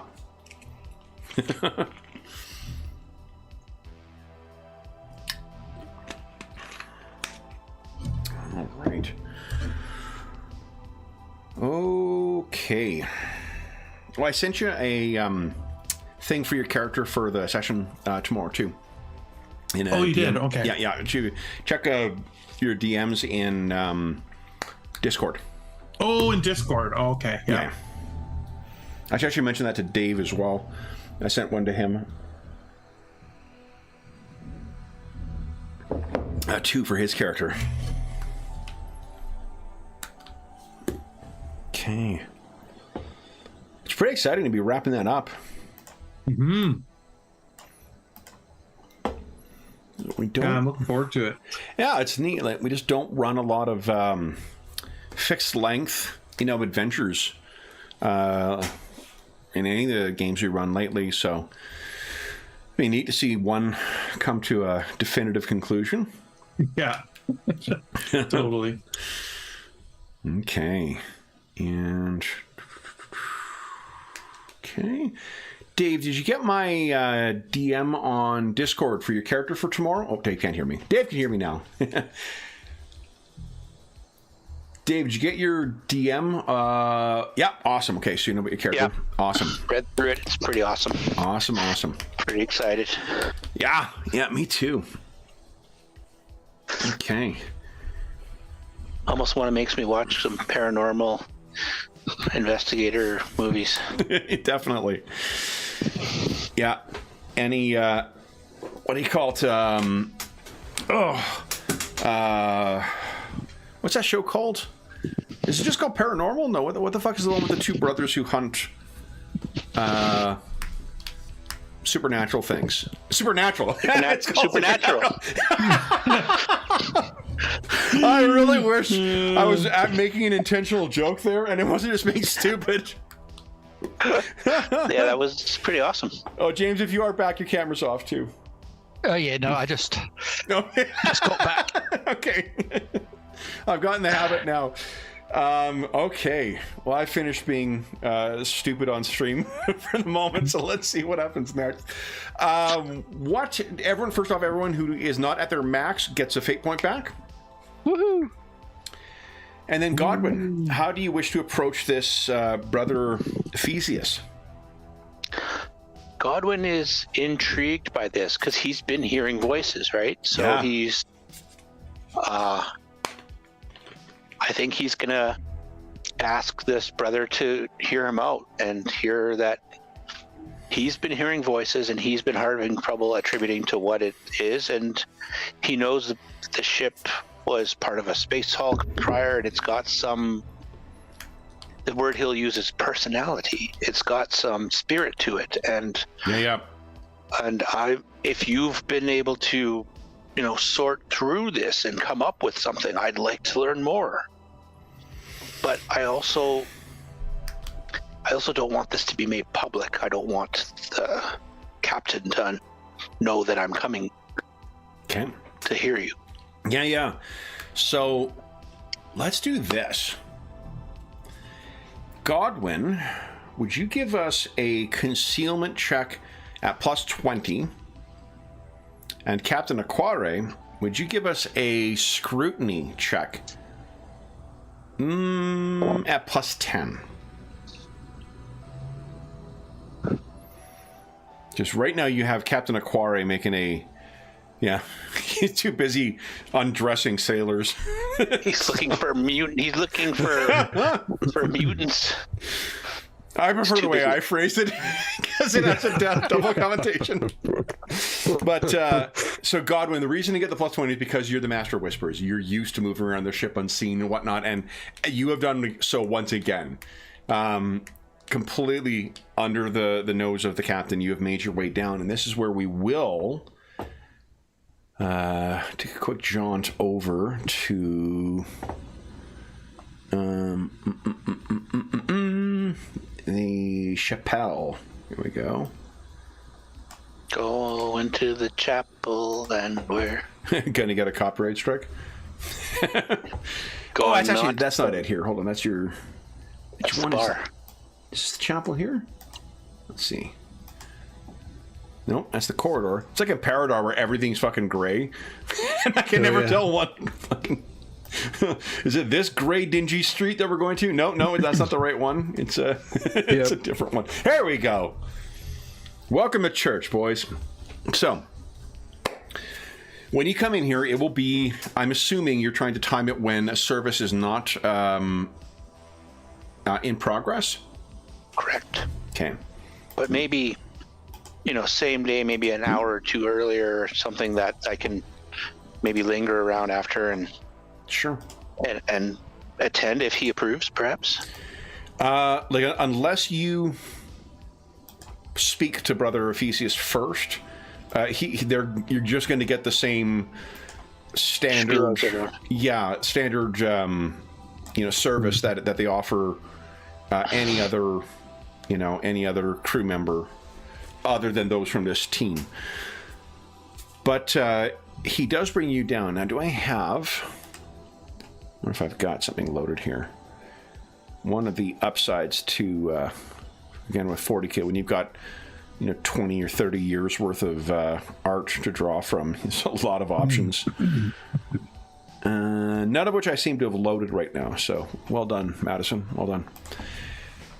So this guy is, I think, what you can think of is that this would be analogous to, like, in comparison to the priest of the Emperor of Mankind that you would see at your service, it would be the equivalent of like a parish priest versus a major metropolis's head of a local diocese or something like that. He's much more modestly adorned. The number of like special bits of scraps of scripture or edicts from the emperor or whatnot are considerably less. They're looking a little ragged, but I mean, his fervor is nonetheless equal to that of any of the other emissaries or missionaries that you have met in past. Why don't you give us it sounds to me like you are trying to come in with a charming approach here, to genuinely try and understand what it is that you're hearing, not in your role as the Master of Whispers. Did I hear that right? Yeah. Okay, so then why don't you get a plus 20 to this? I think you're being quite sincere with this, and sincerity goes a long way with... Because he's legit hearing voices, right? So... Yeah.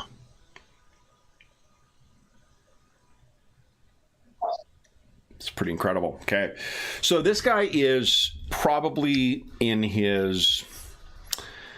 I think in his like mid to late 30s, and he, I'm picturing, just because I saw him in something recently, is Courtney B. Vance. He was in what was it in recently? He was in that terrible The Predator film, the one with what's his name? Oh gosh. Anyway, I'm not helping. If you do a search Courtney B. Vance, you'll understand. Oh, I could do that. Hold on. Because he's got a very intense presence as well.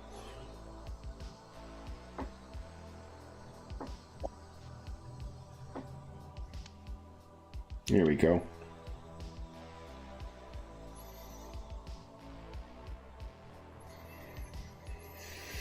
This is your missionary. Yep. So he, having seen you come in, are you disguised as well? Yes. Okay. And he sees you with Vorgan, and as he sees Vorgan bringing you over, he looks and says, "Good afternoon, brethren. Services are not for a few hours." And Vorgan kind of looks at you and looks at him, and he says, "He hears them too." And Brother Ephesius looks at him and says, I'm certain I don't know what you mean, Brother Vorgan. What? Are you unwell, friend? He says to you, Godwin. I don't know if unwell is a term, but more aware, I think, is accurate. Going back now, it's been a couple weeks, 3 weeks, 4 weeks.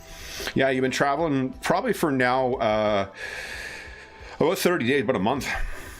Yeah. Going on 30 days, perhaps. I've had snatches of how to describe it.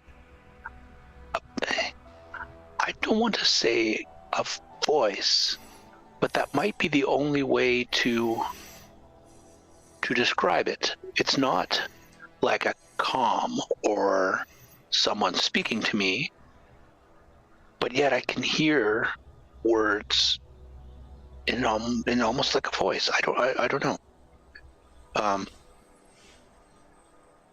And I heard that there's others that have experienced this, and I'm looking for answers.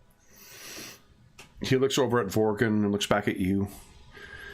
Brother, what you are describing could be seen as in such a place the signs of corruption of your mind. Or heightened awareness brought on by unique circumstances, and a ship that is wholly different than most ships I've ever been on. And there's a little twitch in his eye when he hears you say that. What do you mean, the ship?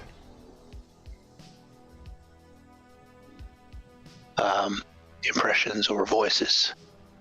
When I first started on this ship, I could feel something, even just walking down certain hallways or entering certain rooms, like the ship wanting you to notice certain things or guiding your path in some way. It's hard to explain, but I've been told that the ship has a presence, not as we do as individuals, but it has some spiritual awareness, perhaps, would be the way to explain it. I'm not untutored in that regard, so I don't know exactly how to voice it. He looks over at Vorgan once again, and Vorgan nods enthusiastically, and he says, Brother, he must see. And Brother Ephesius looks back at you.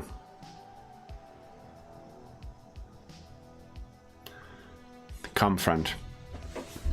I may have something to soothe your mind.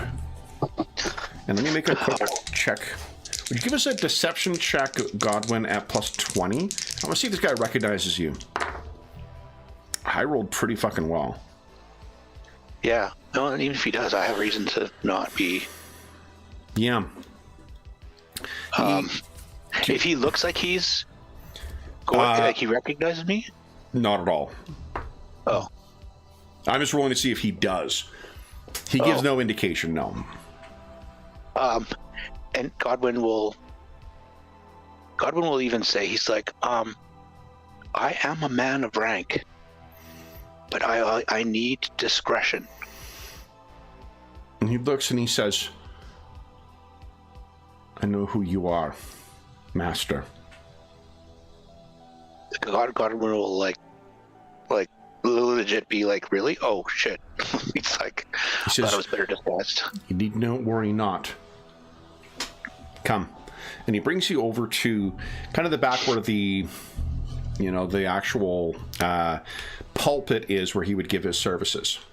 And he passes beyond that and goes to the wall. You can see there's segmented bits in the wall there. And he looks and says, Vorgan, if you would. And Vorgan goes over, and to the side, discarded around the side, there are what look like two different pry bars. He brings them over, and he looks at you, and he says, if you would see, And you can see Vorkin is holding a pry bar for you to take. Okay. I will take a pry bar.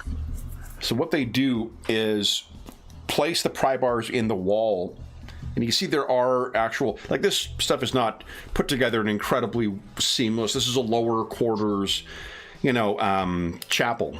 So there's going to be seams everywhere. This is it's clear it's a seam as part of the construction, but what you didn't realize is that there is a section of this wall that they pop out. It's about maybe 6 foot high and about 4 feet wide. And Vorgan catches it, and the way he does it makes you think that he's done this before. The weight is expected by him. The way it falls is expected by him. It's not like sudden, like, oh! And he says, take that end, please. And the two of you are able to move it back. He just moves it away. And what you can see at the bulkhead beyond is most definitely not something created by the Empire's shipwrights. It appears like yellowed bone, but all seamless and a much larger section, so it goes out and through this. Dark in color, but you see set into there several broken or empty spots, but there is one large stone set into it. And there is an ever so slight glow to it. Brother Ephesius then steps forward and says, come. He says, place your hand upon it, Master. Place your hand on the stone.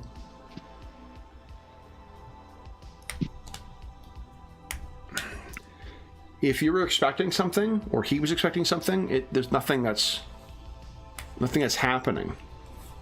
It's not cold to the touch, but I mean, it's room temperature-ish. And you look at this bone, and if you look back at him, you have time to see him bring his hand over, and he places one hand on yours and another on an open part in the stone. And you're not quite sure what happens next, because your mind is flooded with sounds and images and sensations that are just, it's going to take you a while to process this. Would you give us a willpower check, please?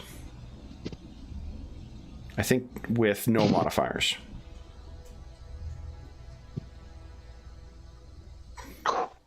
You want to stick with that? Yeah, I think I do. Okay.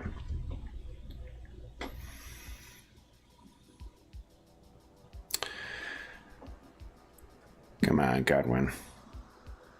Just gonna check my talents, see if I've got anything that. Oh yeah, that might help. Yeah. No. Okay. Nice! Just barely hanging on. That's awesome.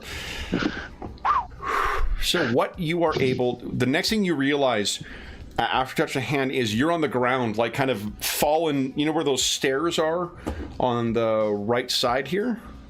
Mm-hmm. You sort of fallen back against them. And you see there is a dimming light in that stone. There are two images that are burned into your mind. The first is this. A Xenos sorcerer of some kind. And the second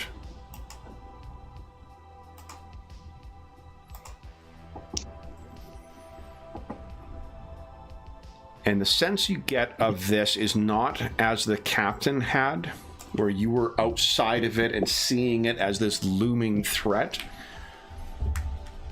You were sensing it as if part of this enormous Xenos community. And I'll let you tell us how Godwin processes this, but the thing with, as a player, you probably recognize the Eldar when you see it. What your character may not realize is that one of the reasons why the Eldar are so powerful, have such a powerful presence and connection to the warp, or perhaps because of that, they feel much bigger than what humans do. They are carried on tides, almost like, mystically connected manic depressives, where they just have very little control over the incredible, inhuman emotions and impulses and sways of joy and sadness and anger and love. And you're hit by all of this. Those incredible peaks, those unthinkable abyssal lows, but nothing in a specific context. It's just like being caught up in a tempest of emotion. And I think Godwin is like, wow, that was intense. He's like, it was like I was there on board. And he's recounting what he's experienced without letting on whether or not he was affected by it. Yeah. Well, you can tell, Godwin, when you have it's just a spare moment.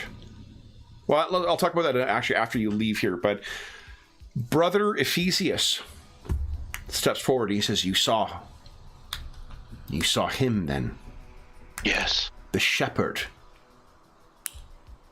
To guide us. To guide the Lord Captain. They would go home.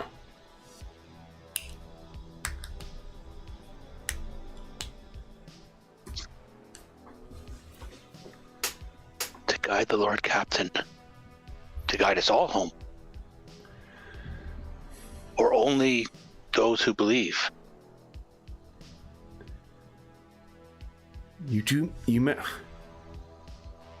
And he looks back. They are in there. They need to go home. Oh, okay.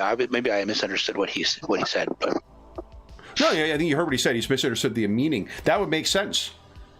But now that you've experienced it and you realize what is swirling around in that stone,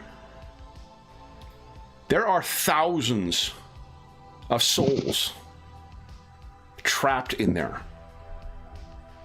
What somehow the Brother Ephesius was able to do is to help you contact them.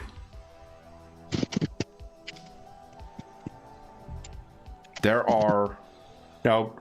Do you have Xenos lore? Don't you? I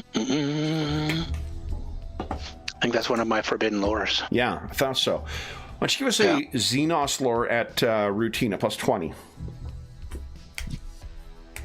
Just see how much you know about Eldar. Plus 20? Yes, please.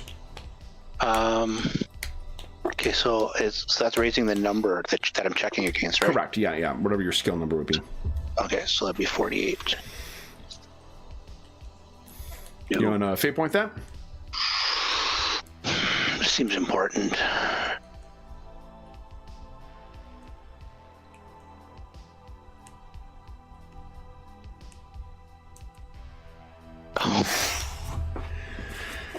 What's with all the 98s today? I don't know. Yeah. It's crazy. What you know is that you know that Eldars use stone, but you don't know what the hell it means. If you can trust them, you know that Regis is a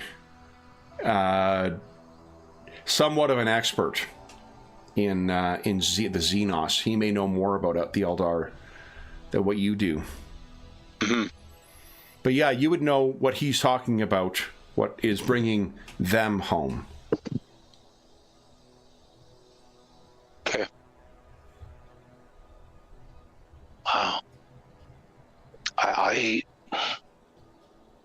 want to know more. I want to. Is there a service today? There will be services for those who hear. You will be welcome to join. Yes, as long as I want to be unrecognizable, perhaps I need to adjust my... He a little chuckle because he figured it out. He sort of shakes his head. He says, those who hear will keep your secret. Okay.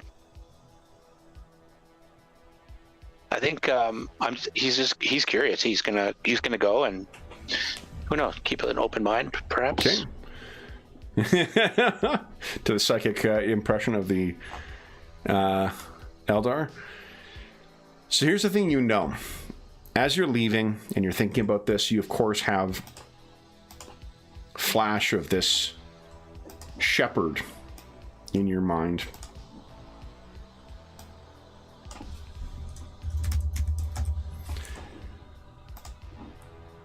But as much as his presence is lingering in your mind, and the swirling of all that emotion and the minds that are in that sort of single stone, one thing you are equally certain of, those are not the voices you've been hearing. Damn. Why don't you put that 1 point of corruption in now? Yeah. And then we'll deal with your other ones. Now, we have a 25-day period in between here. Godwin, if you attend the services, you're just having a lesser version of the same, effectively the same encounter. Every time you go to one of these services, you come away thinking more that all these Xenos wish is to return home. Okay. What that means, you don't know. You have a vision of this craft ship, and I think you may have heard... Did Captain Aquare discuss his visions of the Eldar craft world with the rest of the crew, or only with Regis? I can't remember offhand. Not with me, I don't think. So maybe just with Regius. Do you remember, James? You're muted. Sorry. No, I don't recall. What was the context, do you know, of when I told them? What was the timing? It was right after, because that was the last thing you saw before you were attacked. Remember, it was the voice of something telling you to wake up. Oh. Right? Something warned you about the attack. And then after the attack, you were a bit agitated, to say the least, and that's, I think, when you mentioned this thing. So it could very well have been to the whole crew. I honestly don't remember. I think it might have been because I was on the bridge and I was waiting for everyone to show up, screaming for medical. Yeah. So you would know then, Godwin, that Captain Aquare has seen this vessel in his things, and he told you he was warned by something when he was attacked. He was attacked in his sleep, and while he was having visions of this ship, he was warned of the attack. Interesting. So, I don't think I'm going to tell anybody about it yet. I'm just going to... Okay, sit on it. So you have about a month to ingratiate yourself to everyone down there and to continue to grow a stronger connection to the shepherd. Anyone else have anything of interest they wish to do? You have a 25-day reprieve, Alessander. Yeah. Is he still in medical? No, he's been out, and then 25 free days. Yeah. Because I was going to say the captain would eventually notice, like, where's Alessander these days? Well, you'd think so. He's not a mutant, though, so he's not high on your Yeah, list. it takes a while to get through a crew of 20,000 when you're doing a man-by-man inspection. I think... I've got a clipboard. I'm checking. And undressing them as well. That takes time. Exactly.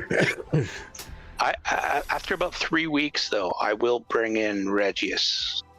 Okay, how would you do that? I think it'll be a private meeting. Okay. Would you meet with Regis in his quarters, or would you... Yes. Okay. I'll knock on his door. So, Regis, you hear someone at your quarters. Come in. Are you decent, man?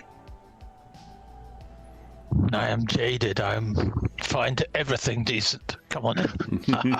Godwin goes in and glances down the hallway just to As make Regis sure. is pulling his robe on, you can see his arms are wobbling like crazy. No, I'm kidding. Milton! I've been You two go Working. back to sleep. Next. I've been working on something, and I need to talk to you about an element of it, or perhaps all. But I'll start with that chapel I was investigating. They have a stone, and when you touch it, and then he'll just describe what his So, remember, overwhelming. it's not when you touched it. It's Oh, when it was Brother when- Ephesius touched it with you. Oh yeah, when Brother Ephesius because I was touching it already, right? Yep, you touch it and it just felt So room I was touching temperature. it, and yeah, it was just a normal stone. But when this Brother Ephesius touched it, suddenly I saw, and then he describes the ship, which seems quite similar to what the Lord Captain saw. Yeah. Regis, you can give us And- a Xenos, a Forbidden Lore Xenos roll at, let's say, plus 30 between the routine level and then with Godwin's input.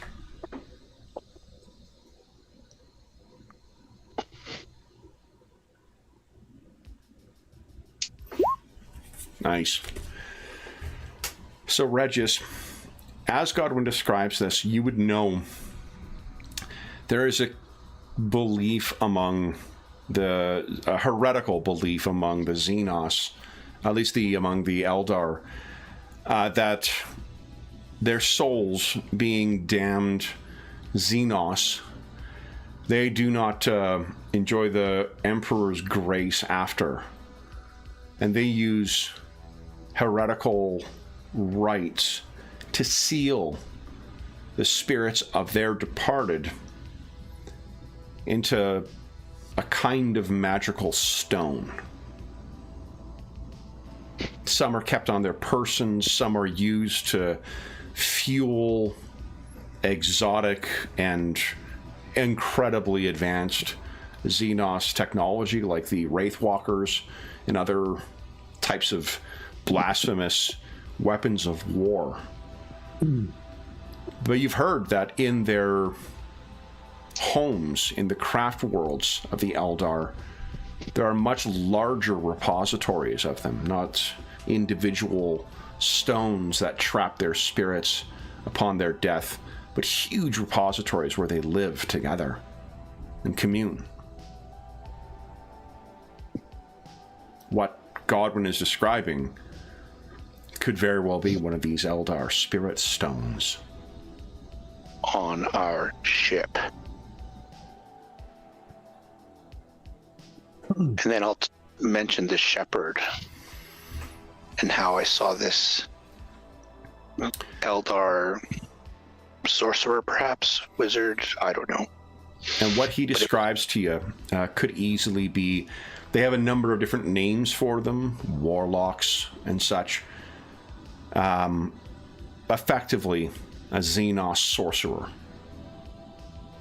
Powerful psychers. We must get this off our ship. Yes, and we must purge our ship of these individuals that are spreading misinformation. I narrowed down a few that are spreading the misinformation and some that need, we'll call it guidance. By someone who can bring them the light of the Emperor, or not. It'll be up to them whether they want to see the light. So what is this father trying to achieve? What is the the brother is trying to. He thinks that Lord Captain is going to bring the Eldar home somehow.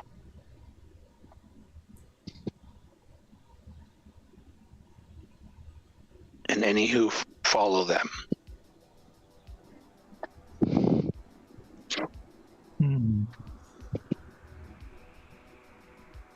So Dave was reviewing the notes and crew, trying to figure out who that we would bring this to get involved. Do we have like a master, like the ship's confessor maybe, or? I think it'd be the head of security, right? What's the... Well, then that would... I've forgotten the title. So Got there the last is one killed. the...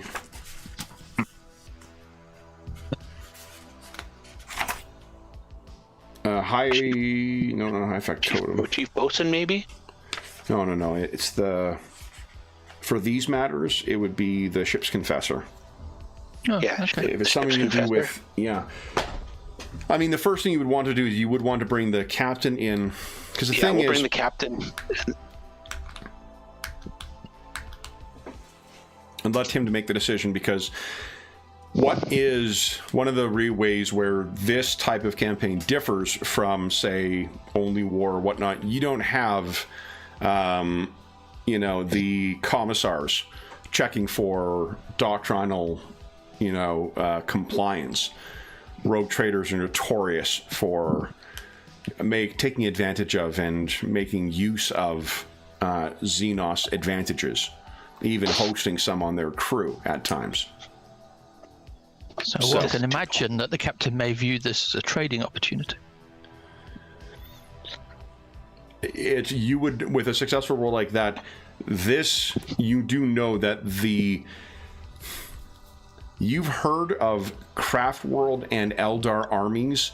When one of these things is found, raising entire planets to seize them back. These are more valued to them than anything else. Saving their people, their species, is of paramount importance. So perhaps that will help our profit factor. Maybe that is the sign of this profit, that the captain will lead these back to its people. Okay. For a profit. Well, I will bring this up to the captain, and I'll need you for the additional information on the Eldar. That's not my forte, although definitely intrigued by it. So how do you guys wish to approach your troubled captain? Our troubled captain? Well, we'll start with, there were no mutants, Captain. Well, where do you wish to have this conversation? Do you wish to have this with the executive kind of crew, or do you wish to have it just with him first? With him and Alessander. Let's bring everybody in. Okay. And get everybody up to speed. Does everyone include Lady Ash and the other, what's his name? Octacar, whatever his name is? Ocaster? No, I think just the four of us. Okay. Probably have like a captain's room or something like that. Yeah, a ready room? Absolutely. A ready room specifically for these types of meetings? Yep. So, Captain. Yes. Your Master of Whispers and your Navigator Primaris have requested a meeting with you. We have found the mutants. I knew it. Finally rid ourselves of this plague. So, how do you guys tell him? What are you gonna say?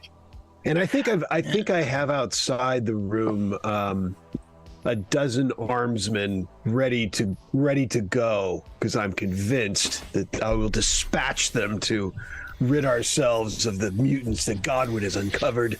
Yeah. I have uncovered no mutants, Captain. What? Say again? Repeat. I haven't covered no mutants, but I haven't covered both a cult-like entity and a Xenos item and a potential for some profit. If I may go ahead. That's quite a combination. Indeed. And so Godwin will go into, how he had learned about this chapel and investigated it himself and ingratiated himself by, talking to the brother. He will leave out that he was hearing voices. That's the Go ahead only and give part. us a deception check, Godwin, with no modifier, and Captain Aquare, give us a scrutiny check, please, at plus 20, because you seem pretty fucking paranoid right now. Ooh. Oh. Captain, you want to fate point that?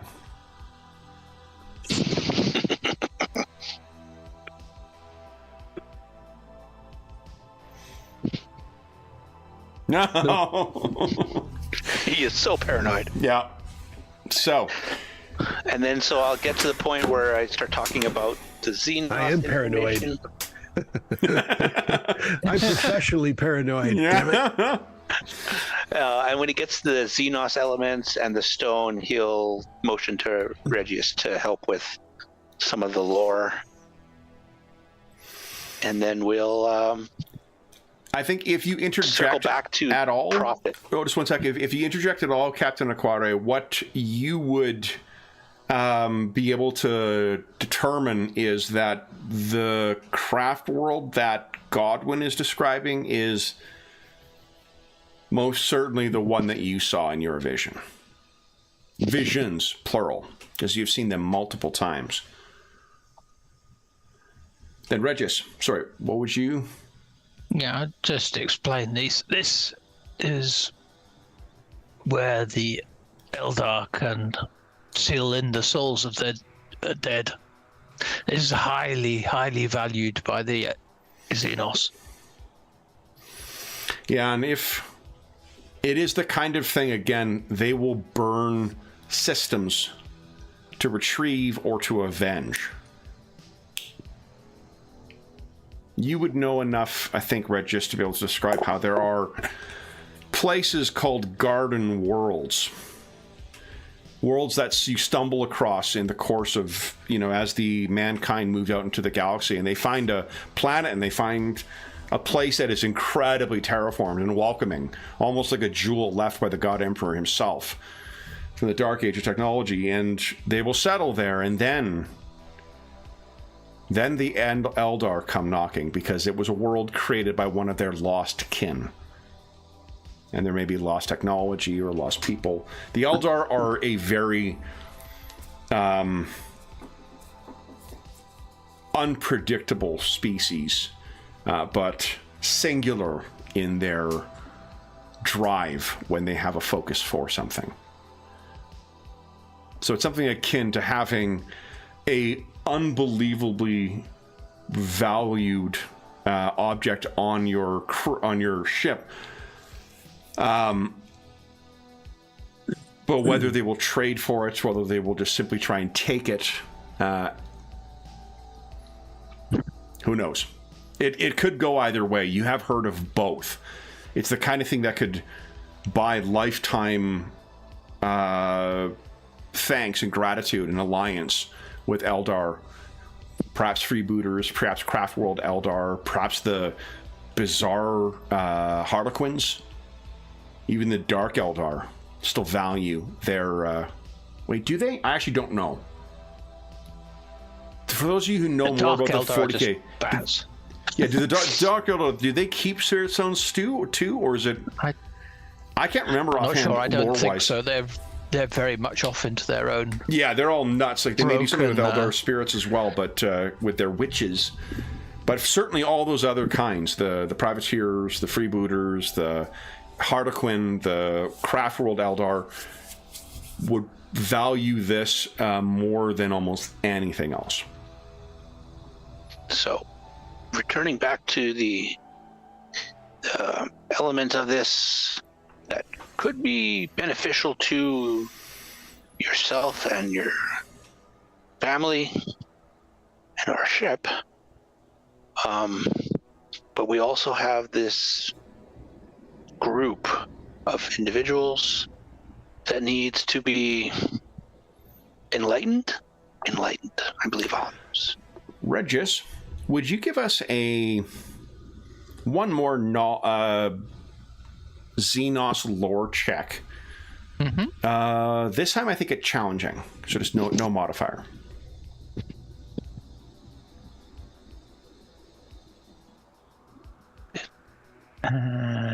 Yep. Nice. So, as Godwin is telling the story once again, something occurs to you. The way he describes it, of him touching the stone and not accessing it, and then Brother Ephesius. The Eldar, as I said to Godwin, have a unique connection to the warp, unlike almost any other species. I mean, certainly the type of connection they have is unlike any other species, but also arguably more powerful than any of the other species in the 40K universe. Their technology, likewise, like a spirit stone, it is not the kind of thing that you could access unless you were a psyker. Missionaries are typically not psychers, so an unsanctioned psycho.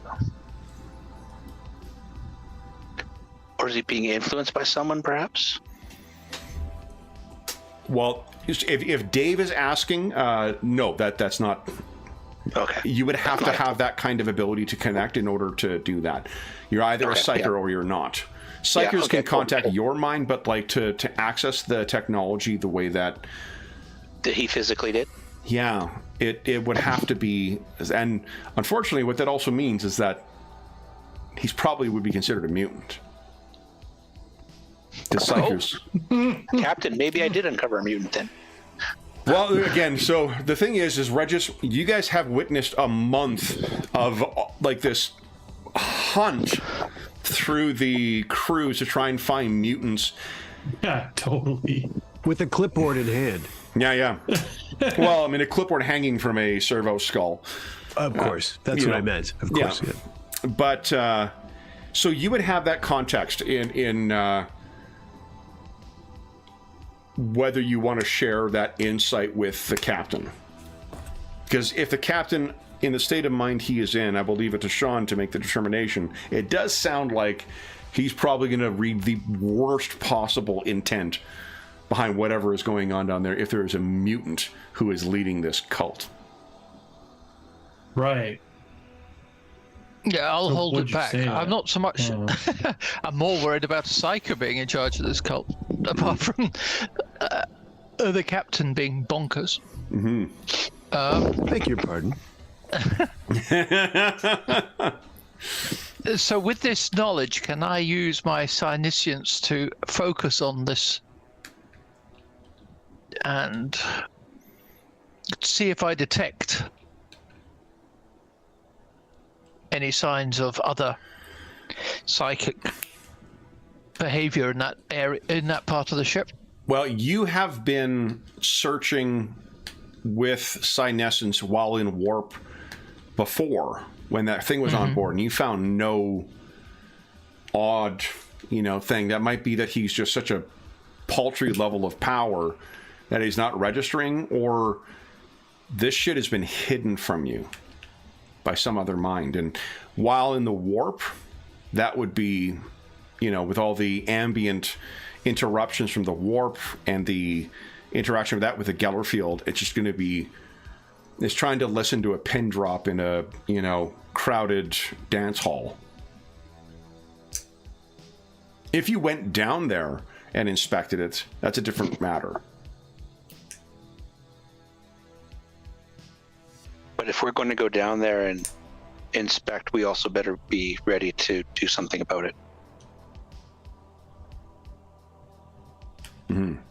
But first, Captain, first off, Godwin and Regis, have you presented everything that you wish to? I Captain also appreciates a course of action, and so my recommended course of action is to remove this brother and a few others that are intricately involved, and have the church or have the chapel converted over to a proper chapel to the Emperor, and let Pregius deal with the stone.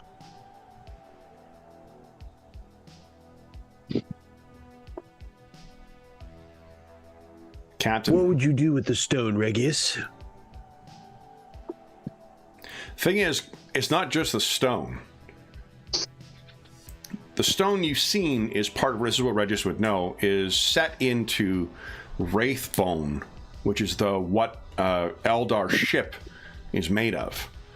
They don't construct their ships, they grow their ships. And this is only one small part. Because the Mortis Probati is part of or was part of a Space Hulk at some point, there are other parts of other ships that are fused with it. And Captain, one thing that you can think of, when he describes that wide open bone area, remember a few trips back when you found yourself stripped to the waist and you awakened before an opened bulkhead? Okay. That was what you saw inside. When he describes it to you, your mind now allows you to see that. And you're not sure how long you've been doing that. In your mind, you can see one of those stones elsewhere on the ship. Thought, is there anything more of it in our ship? I know where that was, right? When I came to, I was there. You know precisely where you were, yeah. It is actually not, it's several, maybe like about a quarter of the ship away from where this chapel is. But you know that, like, with the vicissitudes of the warp and the nature of what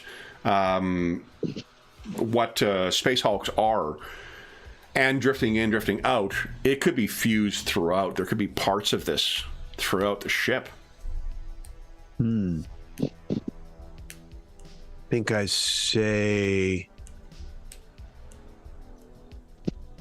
come with me, and I stride out of the bridge towards it, have the armsmen accompany us. When you say it, do you mean the chapel or the place that you have been going? Place I thought I saw it. Okay. So he leads you down to a very, I think Lady Ash is quite curious of what you are doing. She will not follow unless commanded. Come along, don't dawdle. So let's bring you to... let's go to here.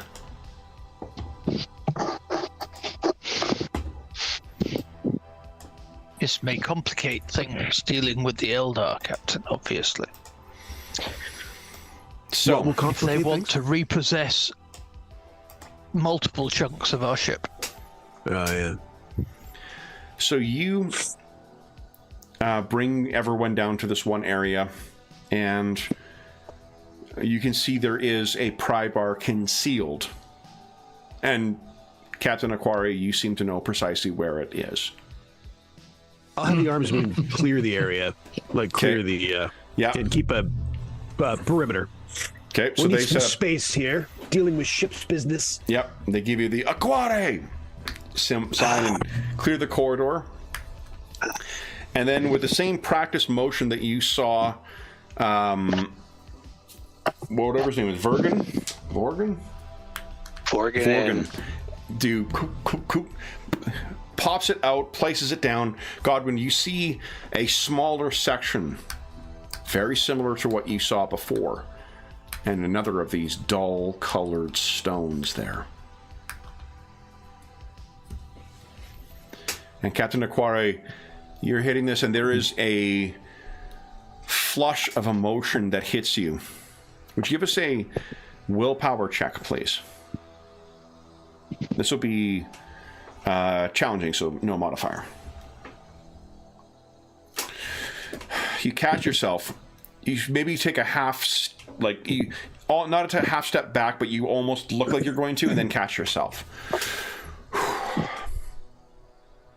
You've been here many times before.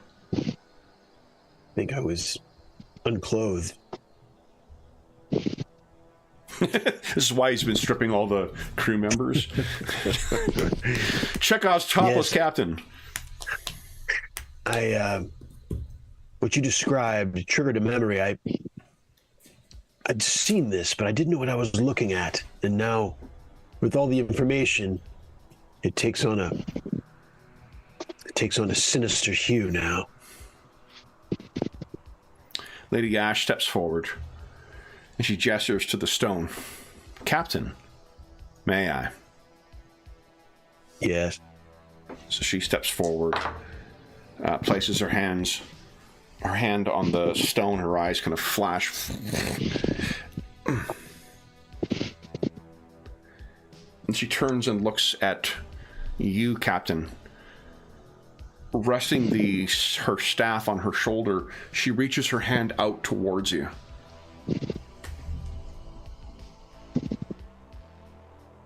The other's still in the stone.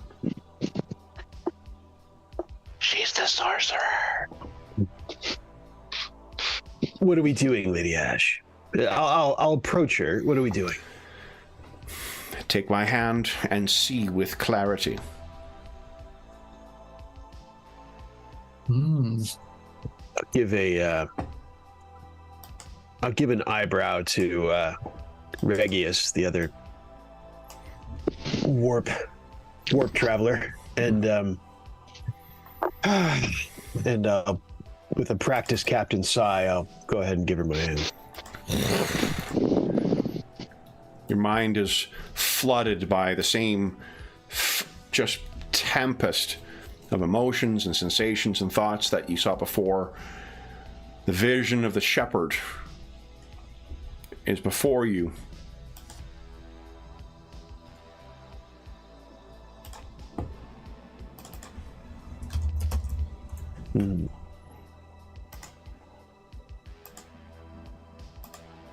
And you realize that whatever craft world these come from, it is still out there. The shepherd wishes to bring them home.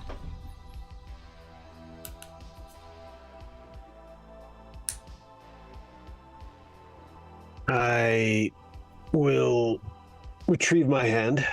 Yeah. It seems the experience that Godwin had, where he just sort of went flying back, I'm not sure how much he went into it with you, but you don't have that same experience, and it may very well come from how powerful Lady Ash is in comparison to whatever Brother Ephesius is capable of. And she releases her hand. She says, "Are you well, Captain?" Yes. She looks over at Regis. "I have shown him what awaits in the stone. But I feel he has seen this before." Yes, it was in my vision before I was attacked by my own steward. And the warning.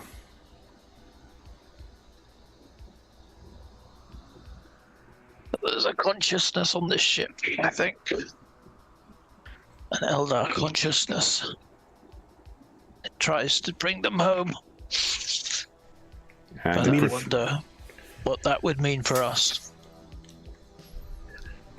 it seems, Captain, that you are favored by these ghosts.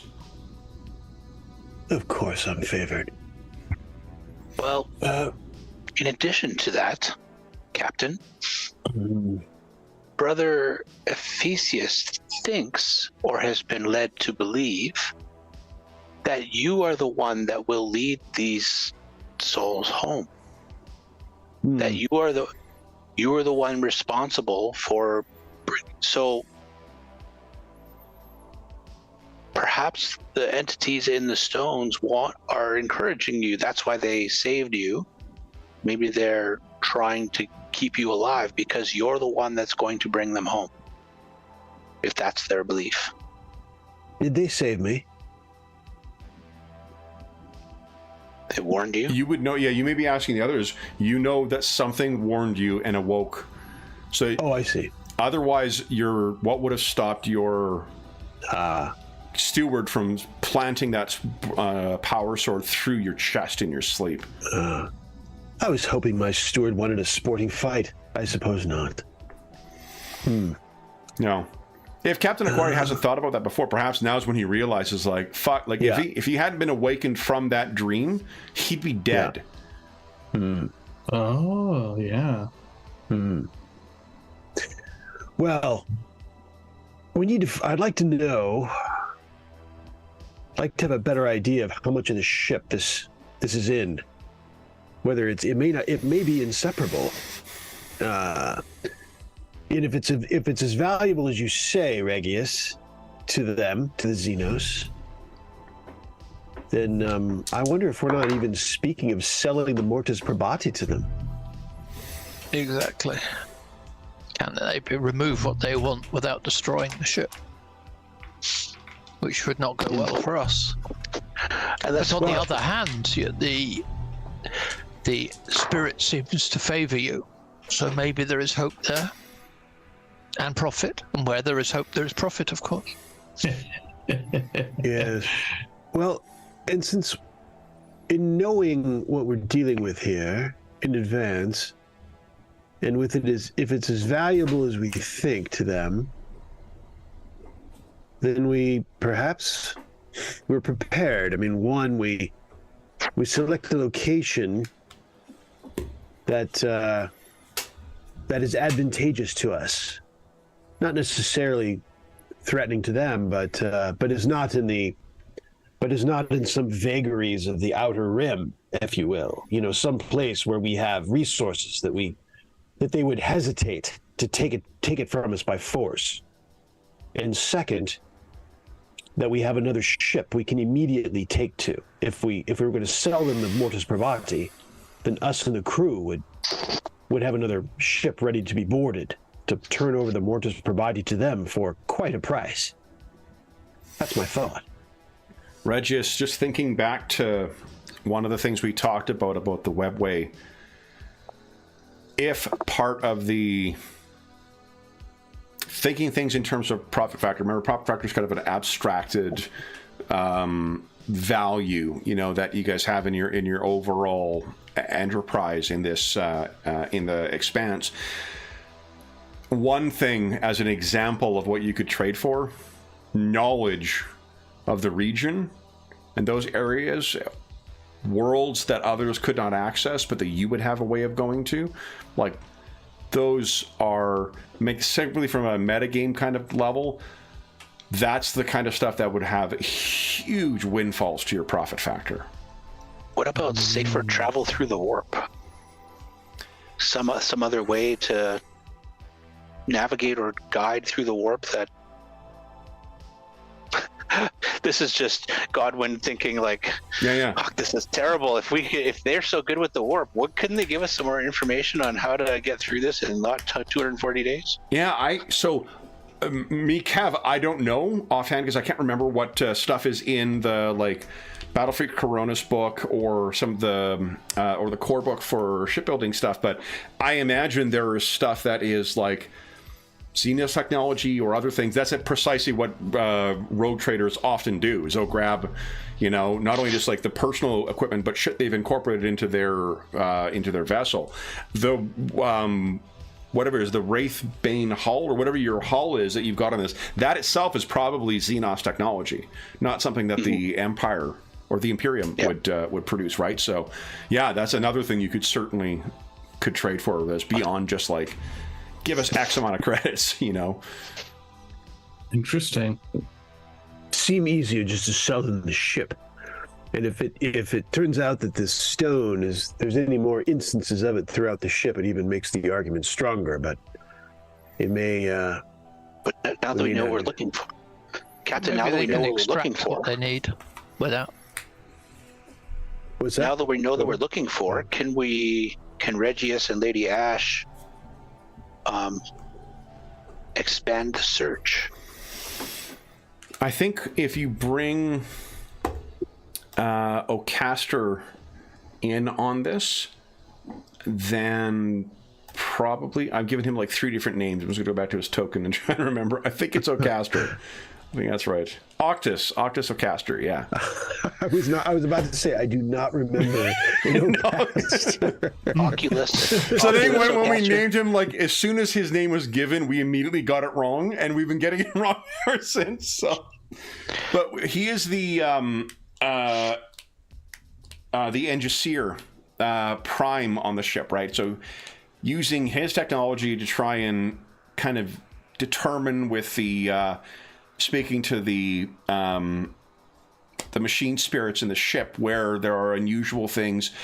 What Lady Ash can tell you is that these things are, because there are obviously souls within here, and they're the souls of the most powerful or powerfully psychic species to be found in the galaxy.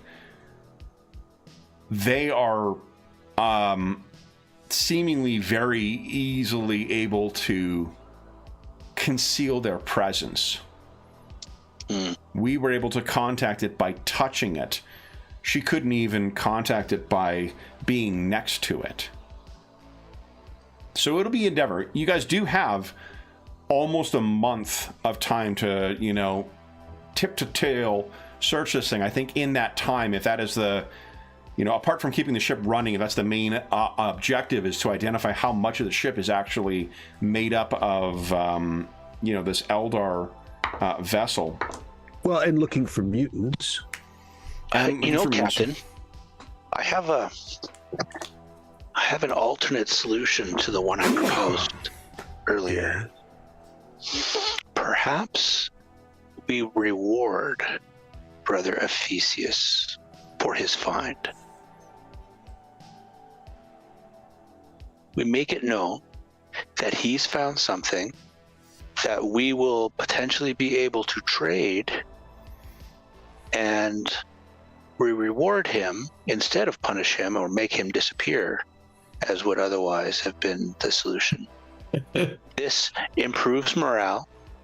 It shows your benevolence.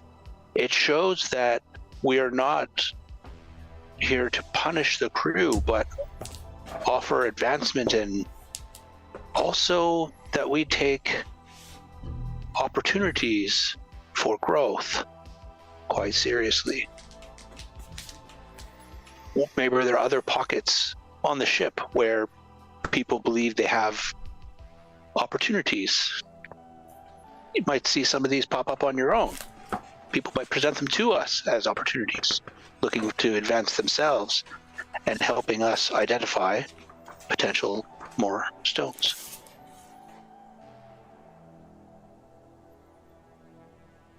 It's not a bad suggestion. But how I delivered it was amazing, right? Most moving, I assure you.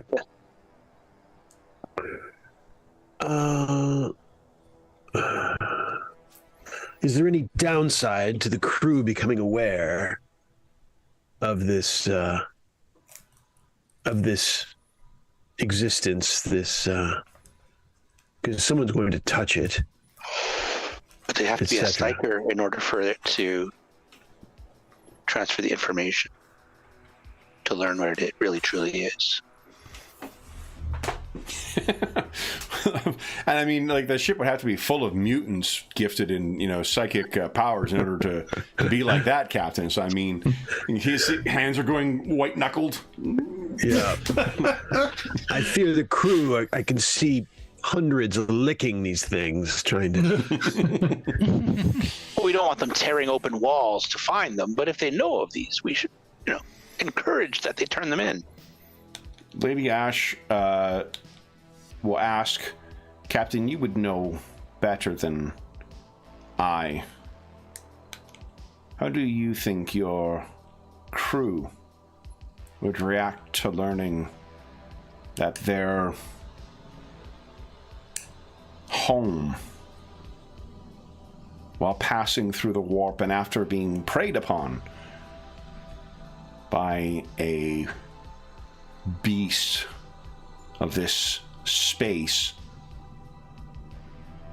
how would they react to learning that their home is infested with the ghosts of aliens? It's a concern. There's no question.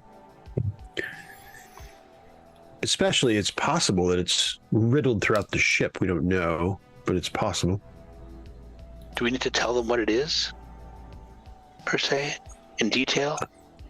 Or can we just say it's a stone of such size and color and so forth? And I'm happy to deal with petty inquiries and things that, of the nature. I've got some resources. We can sort through some of that. If you have any questions or concerns regarding this request, please direct all inquiries to the Department of Punishment. Floggings. Alessandra, you are fairly close to the crew as well. Yeah. What do you think?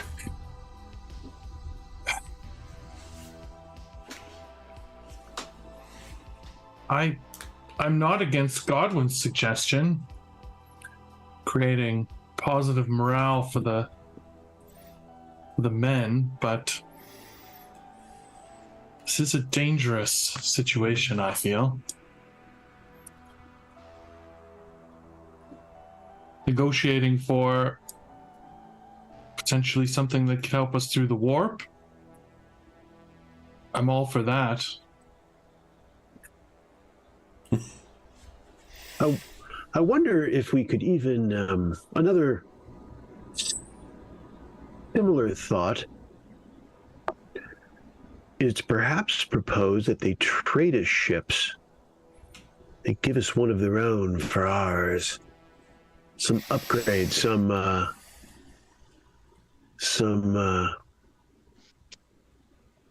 Xenos tech-laden ship that would be to our liking. We trade them to the Mortis proposing. Don't they grow their ships?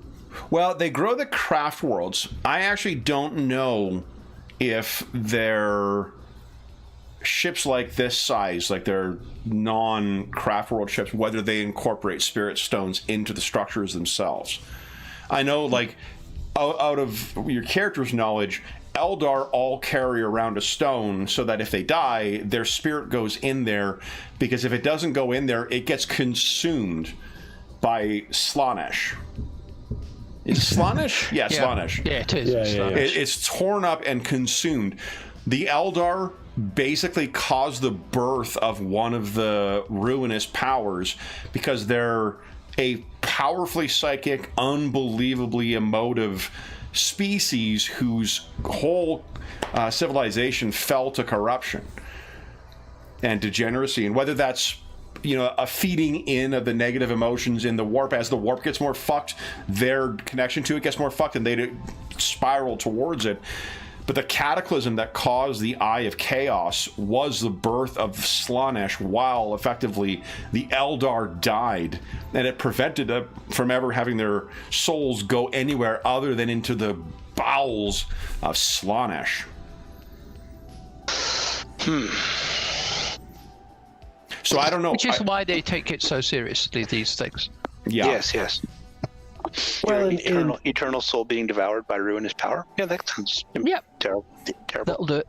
When they had the technology to preserve it and learn from it, and some like in the tabletop game, some of the units that you deploy in it, they're actually like, there's like, I think spirit warriors. They're actually like the spirit stones put into these like robots, and then they go out and fucking fight. So you're fighting dead, basically ghost haunted robots. Wow. They're amazing. It's possible they may even have like Imperium style ships like that. That's the thing. I'll take a look between. I actually don't know. Like for the characters right now, we'll say you're not sure, and that's something to employ. But me as Kev, I actually don't know. I don't know what the lore. I do have my Eldar The only Warhammer 40K sourcebook I have for the actual tabletop thing is the most recent Eldar one. Because I wanted to know as much as I could about them. So I'll take a look and see if it is. I actually don't know. We wouldn't necessarily be asking for an Eldar ship. I mean, they very well may have, you know, a race that's as resourceful as theirs would have perhaps Eldar ships and also have non-Eldar ships that they could potentially have one for barter. I will point something else out as well. You have heard of other vessels, other rogue traders having Xenos crew members. And I mention that because there are rules for creating Eldar characters and Orc characters and Tau characters. Unlike other settings or other of the 40K games, there isn't a reason why you would have a fucking Eldar or an Orc serving with the Space Marines or with only war or whatnot. But with the Rogue Traders, you most certainly could have those things. So I'm not saying this is the way it should resolve, but another alternative to turning your ship over or to whatever else is to invite part of an Eldar crew to shepherd these stones. Like the fluke event of these things fusing with you, that's not typical. That's not an intended technology. So if you wish to keep your ship but still give, you know, access to the Eldar, that is a possibility too.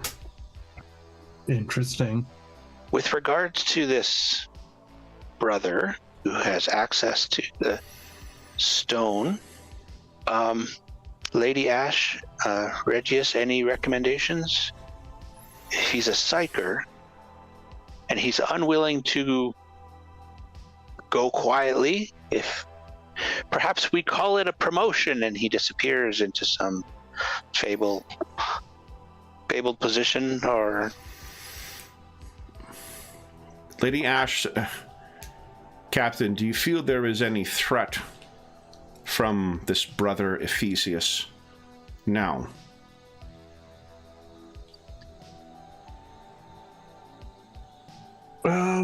You refer to perhaps if he's been thoroughly compromised, perhaps by the Xenos. Is that what you're suggesting? Even if he has been, do these spirits bode you ill?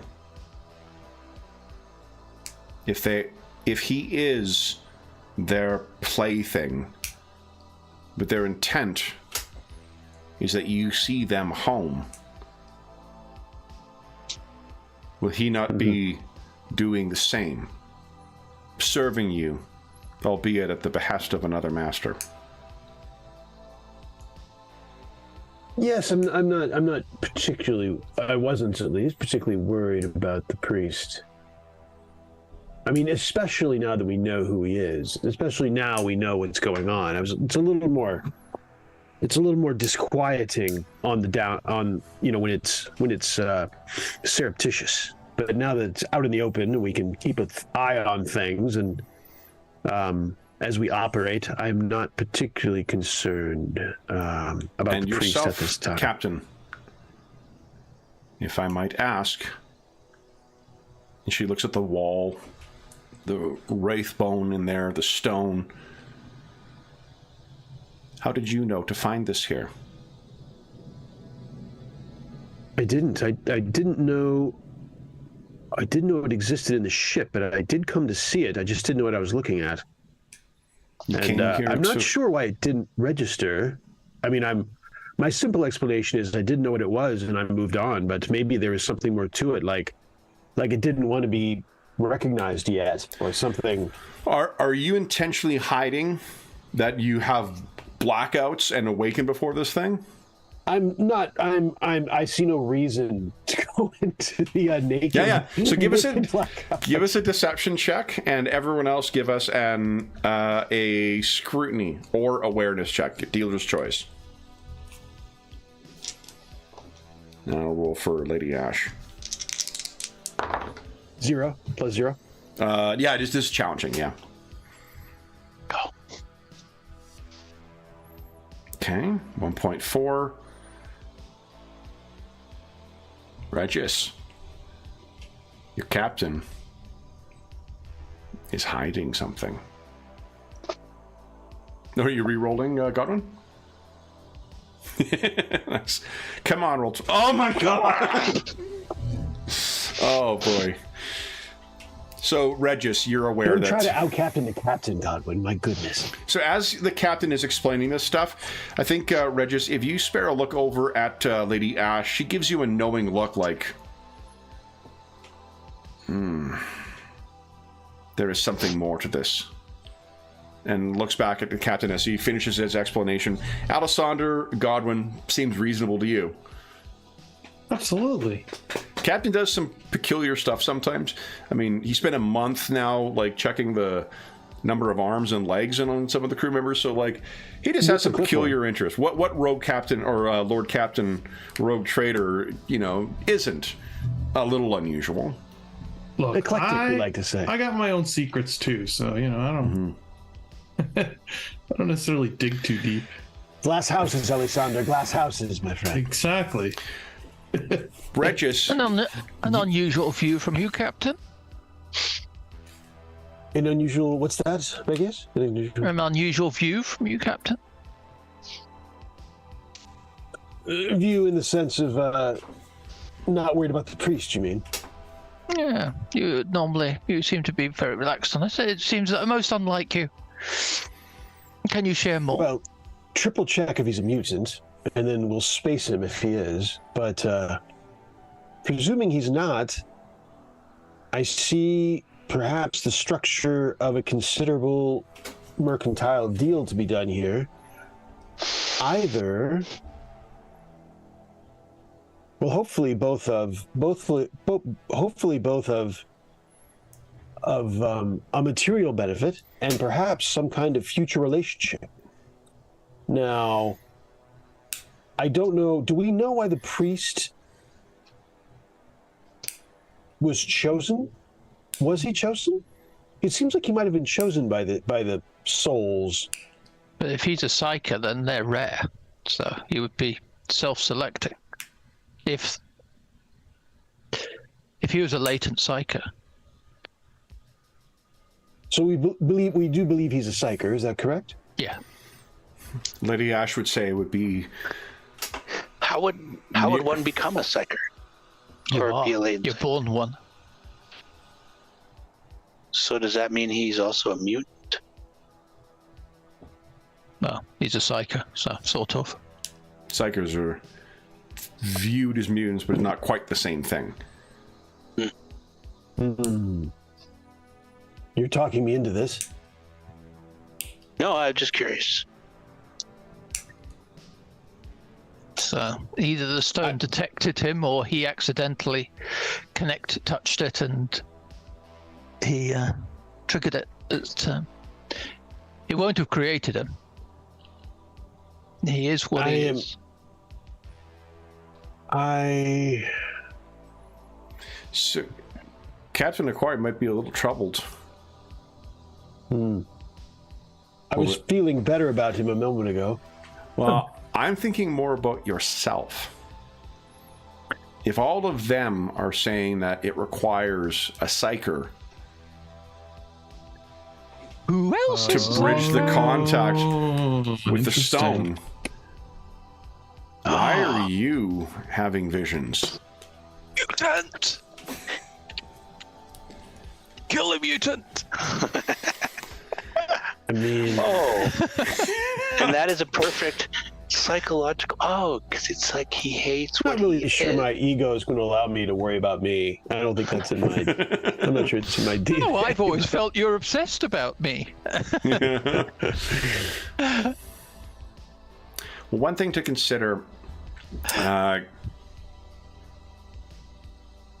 Aquare, is, well, I don't know. I'll leave you to talk. There's been certainly enough said among here for you to stew over what the possibilities might be.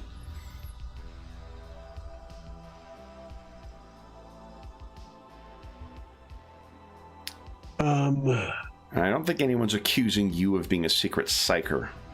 No, not openly. I would think not. We've all jotted it in our notebooks. Our notebooks. This is why You're like a crew, right? Whatever the 40K equivalent of like team chat is or Slack is. Yeah, they message each other like, "What the fuck?" So, Lady Ash says, with this bit identified, how would you wish to proceed then, Captain? Lord, Captain.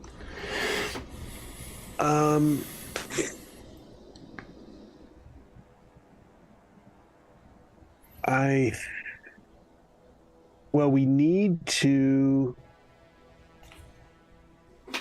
make we would need a way, begin to explore a way to contact the Xenos. We need a contact of some kind for the discussion. We would need to come up with a place for a possible transaction. Footfall would be an outstanding location for tracking down all that information. It is the mercantile hub, effectively, of the Coronis Expanse. So other rogue traders, those who are, in charge of that community, and remember, it's a mishmash of different, or not Footfall, stepstones, isn't it? Footfall? Footfall, you had it right. I fuck this up every time. I think you had it right. I think there was a brief time where I worked on a Song of Ice and Fire campaign, and I read a fuck ton of stuff about the stepstones, the islands between the two different Westeros and Pentos, no, whatever the other continent's called. It's Footfall. Yeah, Featherfall. No, that's a spell. Footfall. No, Footfall. Third base. Damn it, man. Featherfall could also be a cursed ring. Yes, it could be. Sorry, So, what is the immediate task then? Yes, that sounds like a long-term plan, Captain. But how do we deal with Brother Ephesius? Brother Ephesius, the psyker? Do you think we need to? So Lady Ash asked if I thought he was a threat. Do you think he's a threat? Godwin, what have you learned about his little cult? Aside from spreading lies against the Emperor's name, they're not doing a whole lot. Hold on. How are they spreading lies against the Emperor's name? Oh, well, they're not, I guess, technically. They're just trying to get the Eldar souls home. And they believe the captain is going to deliver them. Well, that is one. So the church, I don't think that the cult of mankind can be really seen as evangelical as much as it is just, if you don't agree with them, you fucking burn. But would you consider that little coven that you encountered, would you consider them to have an evangelical component? Are they spreading their faith? No, they're actually quite secretive and difficult to... They're not looking to spread. And that's my point, I think. It's just that if you think about it, it's a secretive thing. They're doing their own thing, and they've made a point of hiding their activities from others.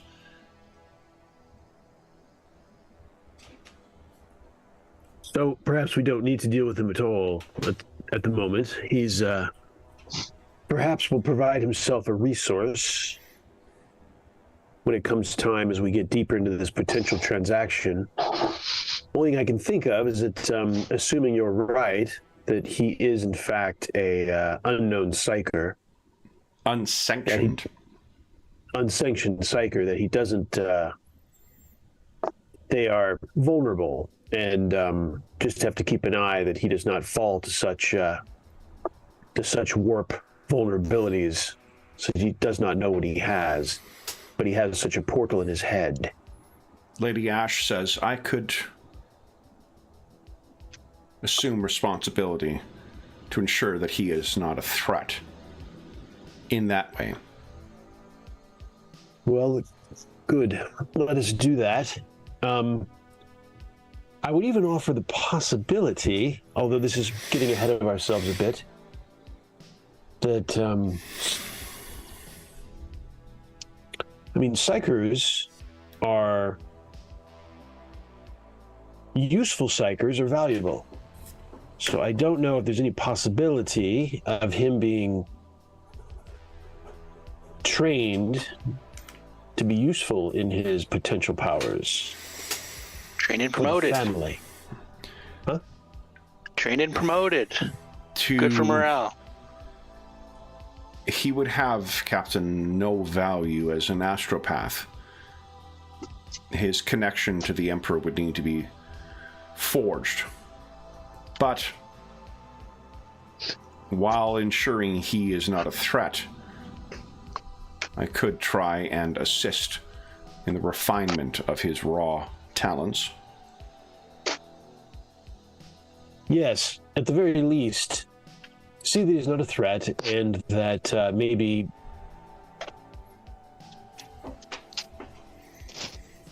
make progress in ascertaining his the potential in forging him. I will do as you command, Lord Captain. In the meantime, we have to get out of this infernal warp voyage, but be thinking about. We'll need to be thinking about a contact with the Eldar, a place to potentially do a transaction that they're not tempted to take it by force, and what we'd ask for. And the two things I've mentioned so far are another better ship to trade it for, a potential relationship with the Eldar going forward, and of course we could just receive cash with Does anyone have obviously it wouldn't be cash, it would be like the scale of money credits. that you guys are dealing with is I just meant currency. I should say currency. Well, it wouldn't even be that. It would be some other intangible value to the way that you guys are placing value is so much further beyond just, a tangible transfer of cash. It would be, take a look at the things that you can purchase with, like that require expenditures of profit factor. That gives you the idea of the scale of the transactions. There's tens of billions of dollars we're talking about here, right? Yeah. I know that Godwin and Regis have Forbidden Lore Xenos. Does anyone else? Yes, I do. Okay, so what you three would know then is that, again, in keeping with the unbelievably powerful psychics that are found among the Eldar, the warlocks, the farseers, and so forth. What you also have heard, and would be a well-known reputation, is that they seem to be gifted with unusually powerful divinatory abilities. Their oracles and farseers and such can almost see what the future holds. So one thing to consider is that if you now have turned your mind to trying to find the Eldar, they may have viewed that fate and be ready to make contact. It would be not the first time. The spaceways are full of stories of the Eldar suddenly arriving at suddenly the right time. Yes, I'm a little... Now we consider that if the stones contacted us, how much more would the stones like to contact Eldar? So if there's any Eldar, for example, in Footfall, would we know, Kevin, whether Xenos exists? If there are, right? they would be transitory. There are varieties of Eldar found in the Coronis Expanse. There are at least 2 different craft worlds here. Because you've got Lower Coronis Expanse now, right? Yes. So you'd be aware that there are at least 2 craft world, and the craft world Eldar are their own. Each of them has a very specific kind of culture within the subsect of the Eldar. There are also privateers and corsairs, and there are the Dark Eldar. I don't think that Dark Eldar have a significant presence here, but the freebooters, the Corsairs, and so forth certainly do. So, the long answer is yes. There's certainly a possibility of finding them there. They are not necessarily a let's start guns blazing kind of Xenos species, but you should always be mindful because the Eldar are not human, so their ways of dealing with things and their ways of managing emotions and so forth is very fucking different, and they exclusively pursue their own interests. That can align with others, but the Eldar are an alien species who place their species first, for as far as you're concerned. From a, not a metagame level, that's not necessarily mean that each individual Eldar would be an individually different person, but that is broadly speaking what your understanding of the Eldar would be. However, in contrast, if you see orcs, you generally probably want to start shooting. If you see chaos, you probably want to start shooting or run. If you see Tau, who knows? I'm trying to think what other ones would be in here. Squats, I guess. The slaw, slaw, is that the way you say it? Sloth. There's there were creatures in the in DH1 anyway.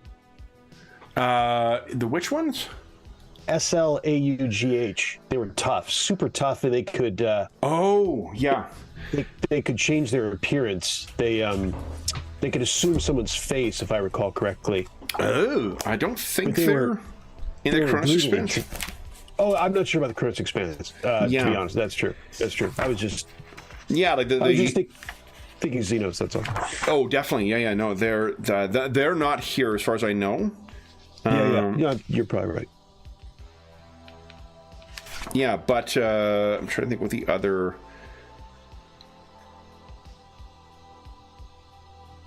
There's the Rakgall, which are also a threat. They're a violent species, but the Kroot and the Tau are also found in here in some numbers.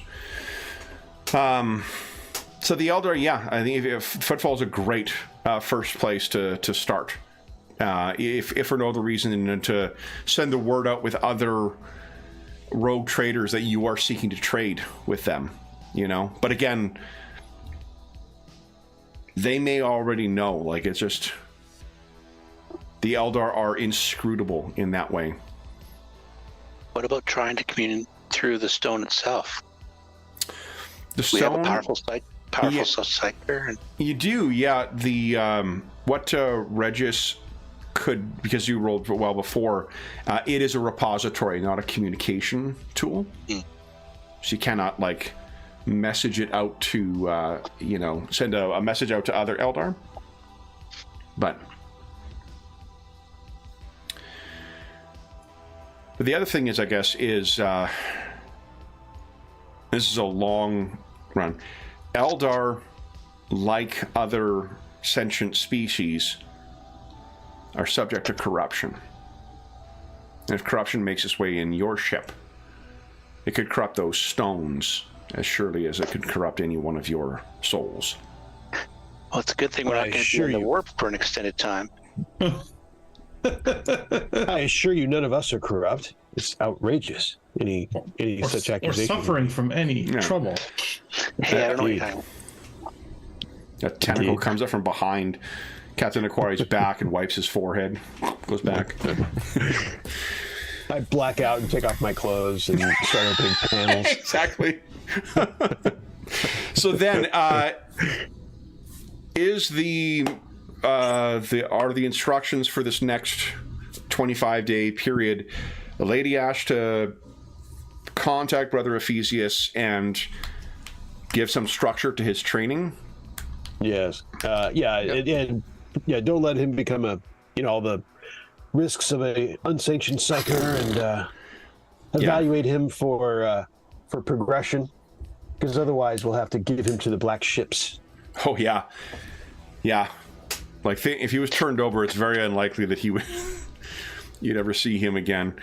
Oh, I'm sure he'd be fine. But I think Godwin wants to be the voice of this, though. I think he feels responsible in some way.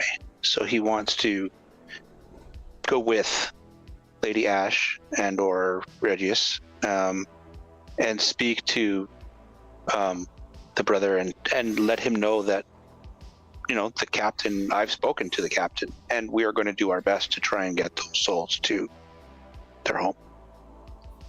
Okay. And that you're not in any trouble. I'm glad we learned of this. And here's a couple of psychers who are going to check you out. Yeah. You're not in any trouble at all. No need to be worried. Now bend You're over. going to be fine. You're not in trouble. Trust me. Don't do anything crazy. All right. So then with... and then the search. Do you wish to conduct that search over this period as well, too? yes, did we determine that Lady Ash and or Regius could be useful in Yeah. I mean, Lady Ash is right now, you have someone else who is in charge of the astropathic choir that is aboard the Mortis Probati. So she is really kind of a freelance psychic on your ship under your thrall. So she's free to work, coordinate with Regius, and Regius has other navigators with him too. So, and under him. So I think you guys can coordinate between, we're not going to make any rolls or anything like that. I can just tell you at the outset of this, yeah.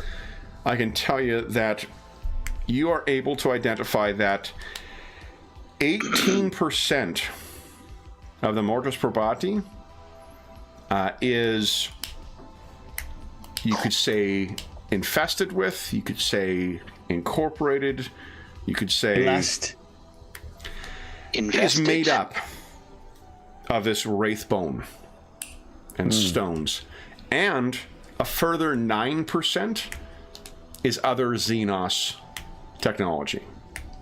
That we didn't know about? You've always known, but you've really never kind of like looked under the floorboards, as it were, to figure out. There's not profit to be made in like picking apart and studying this thing. You are not a scientific expedition. Leave that for the fucking, what do you call it, the Adeptus Mechanicus.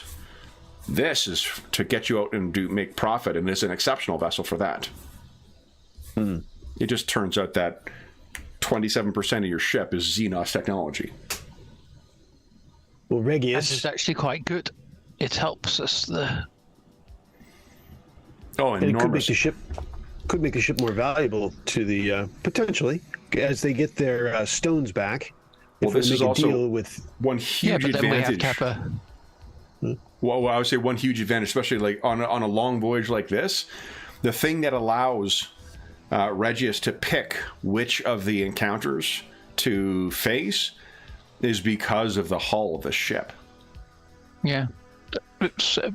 We'd need a significantly bigger ship to replace this one because it's actually quite good for its size. yes, of course. So I would be loath to lose the ship, Captain. Understood. And well, we'll have to going forward. We'll have to deal with this carefully. Because first, we don't, as we aforementioned, we don't want the Eldar to get any thoughts of taking it from us by force. And two, what if we decide we don't want to part with it? I think it's troubling. It's somewhat from our conversation so far. It seems unlikely that the Eldar would be copacetic with us not giving it to them in the end, in some way, shape, or form. But maybe if they have some Eldar who join us. Huh. The Eldar You think certainly that would- are. They are inscrutable. Huh.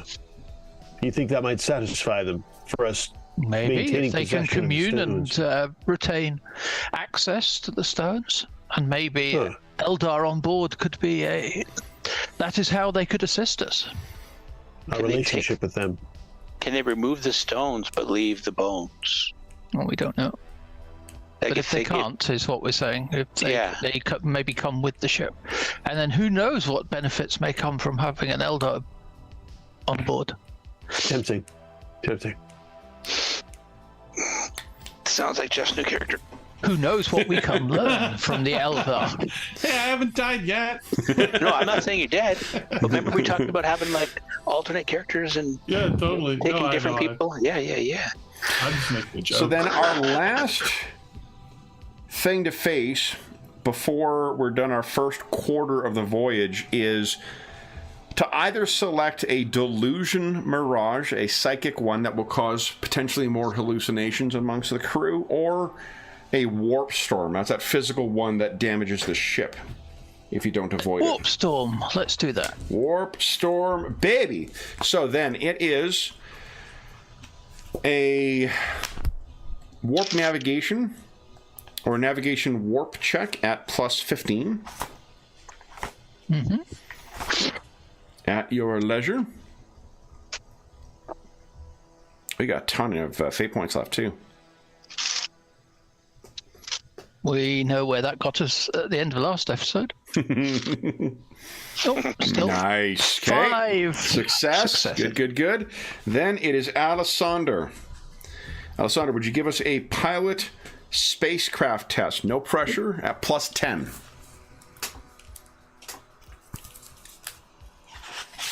Uh, 7.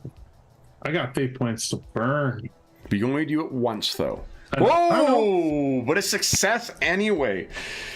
So fortunately, then this leads us to just Alessander, would you give us your willpower check at plus 10, please? Yes. There's been a lot of bad stuff going on. That is an epic fail. Would you give us? You want to spend a fate point? Can you if it's 100? Yeah, you can. I think the only Okay. game we play where you can't reroll a Oh, critical God. fail is Savage Worlds. Okay. That was like an actual 100 there. Yeah. If this game Well, was about rolling, there you are, it's got better, huh? about rolling high. I would be so good at this game. So then, Alessander, would you give us a 1d10 roll, please? Oh God. Here we go.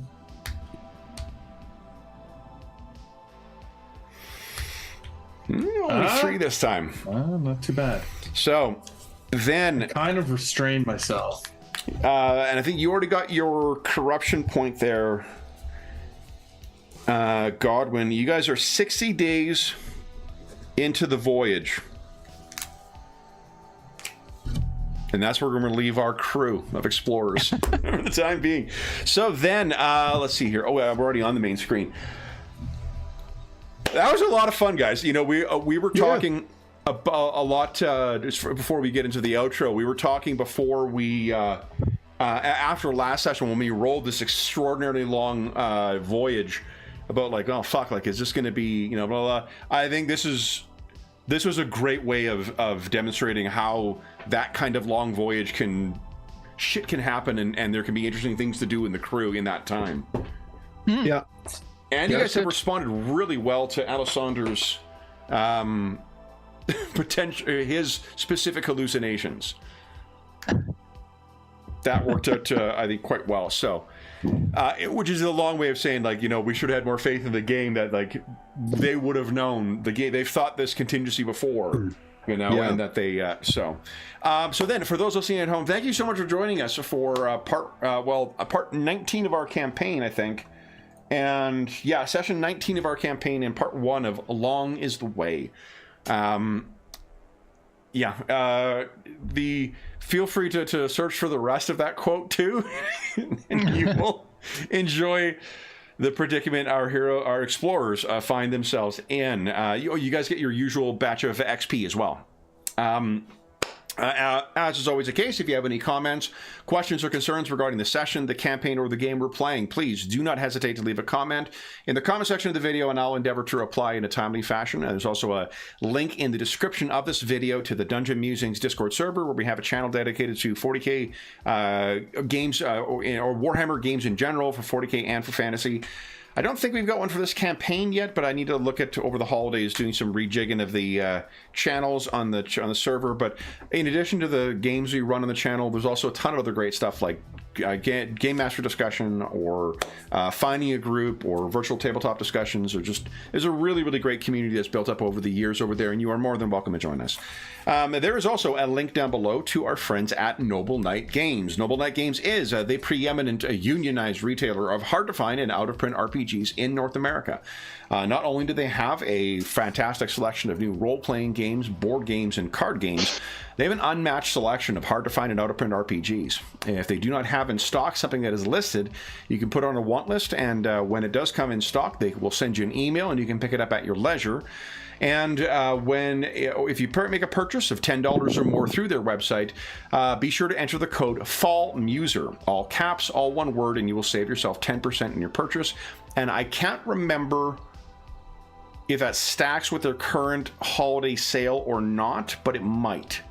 I know it counts to, on top of discounts they've had over the past couple of months on it. So I would just double check. If you're listening to this video at another time after January 15, 2024, come on back to one of our more recent videos and you'll find a more recent discount code for it, and you can enter it there. In addition, there is a link down below to something called Heroes Save Villages. That is the charity fundraising campaign we run on the channel.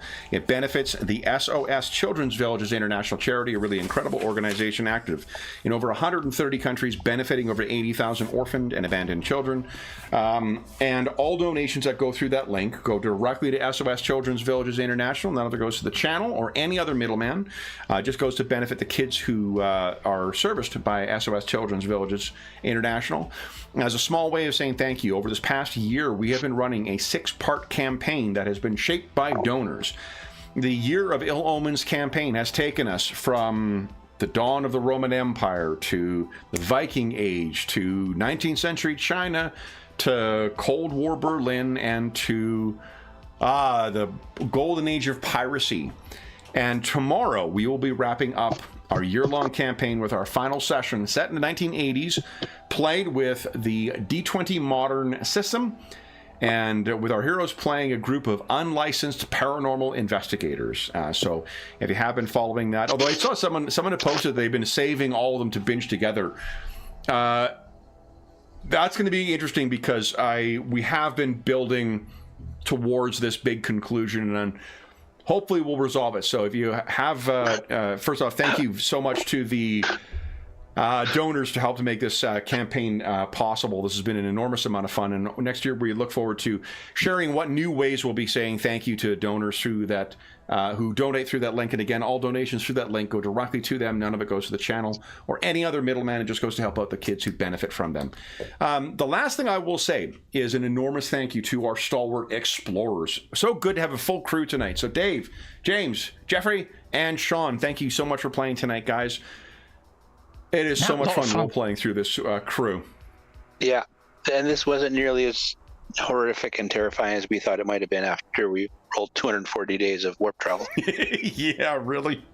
2 months have already flown by today. It's amazing.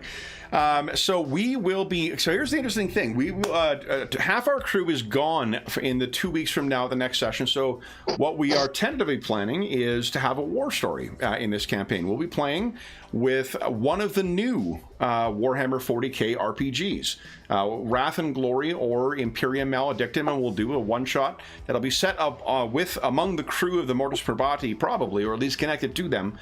And then in 1 month, let's see here, 1 month, do we have one more session of this, or is next, let's see here, 2 weeks from now would be what? I'm trying to think if we have one more session of this.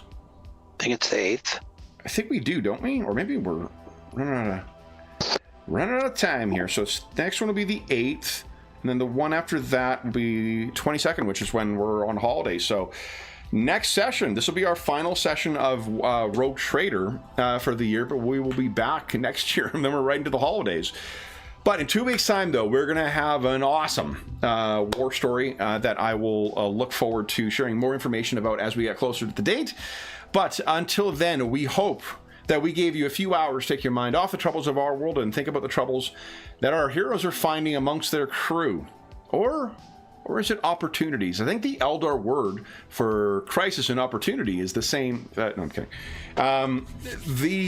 But until then, for those listening at home, stay safe, stay healthy, and happy gaming. See ya. See ya.